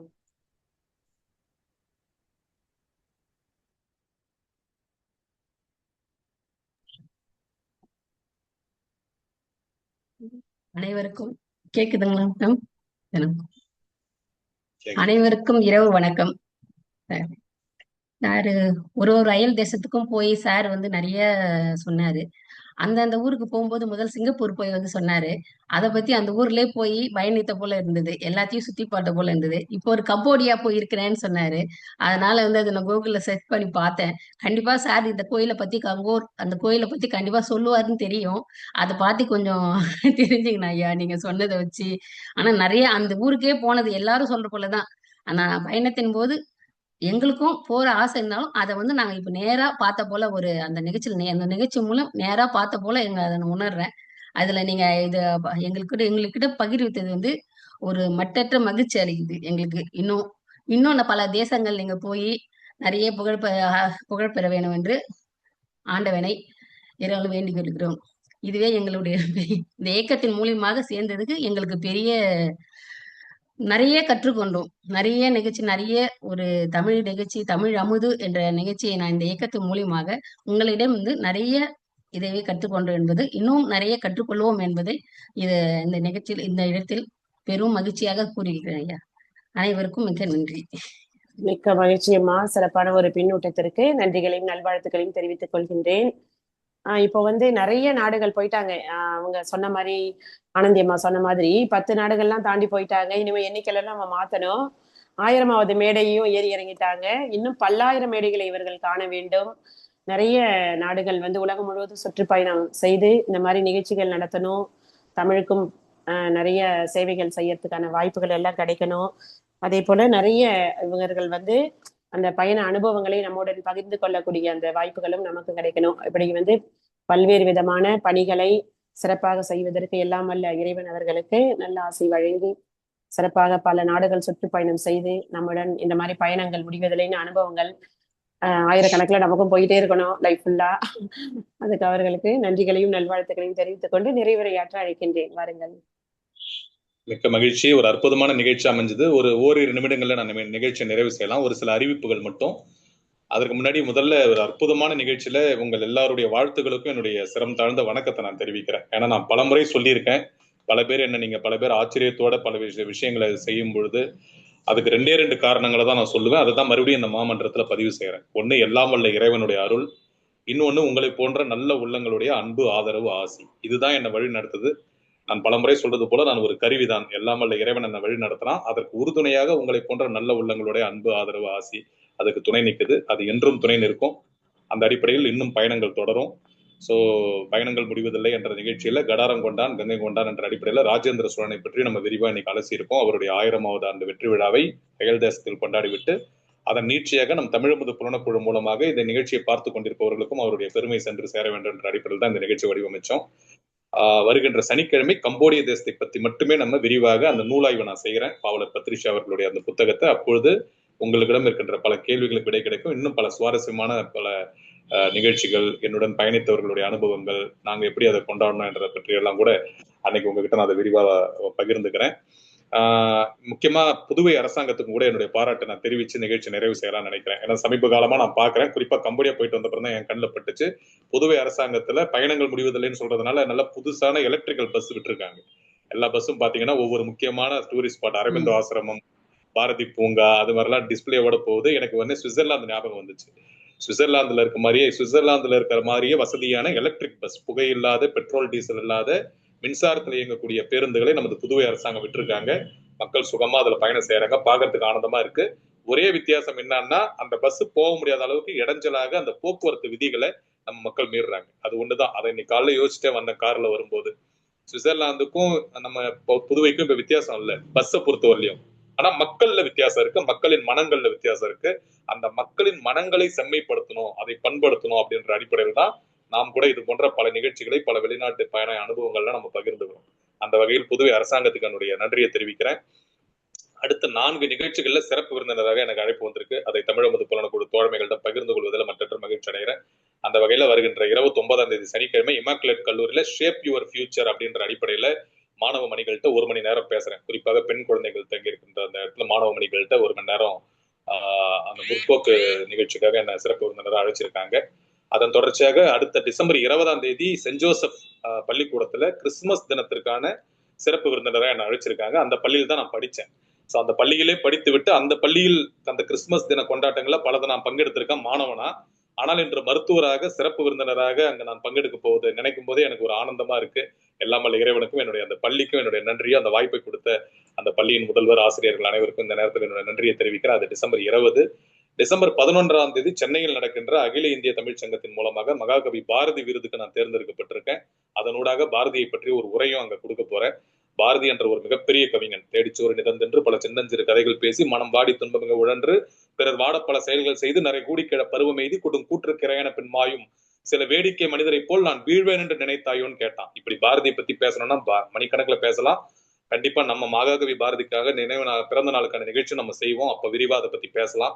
சோ அந்த நிகழ்வில் கலந்து கொண்டிருக்கிறேன். அதன் தொடர்ச்சியாக டிசம்பர் 12ஆம் தேதி டெல்லியில் இருக்கின்ற ஒரு அமைப்பின் மூலமாகவும் ஒரு சிறப்புரையாற்றுவதற்காக ஏற்கனவே டிக்கெட்லாம் அனுப்பியிருக்காங்க. அநேகமாக என்னுடைய பணிச்சூழல் காரணமாக நான் அப்படியே நிறுத்தி வச்சிருக்கேன். ஏன்னா மருத்துவ பணிகள் கொஞ்சம் இருக்கு அன்னைக்கு. ஒருவேளை நேரம் ஒத்துழைத்தால் டெல்லிக்கும் பயணம் செய்வேன். ஸோ இப்படிப்பட்ட பயணங்கள் ஒரு பக்கம் தொடருது. உங்களை போன்ற அன்பு உள்ளங்களோடு நமது தமிழமுது புலனக்குழு பயணம் தொடருது. வாழ்க்கை பயணம் ஒரு பக்கம் தொடர்ந்துட்டு இருக்கு. குடும்பத்தோடு பயணம் ஒரு பக்கம் தொடருது.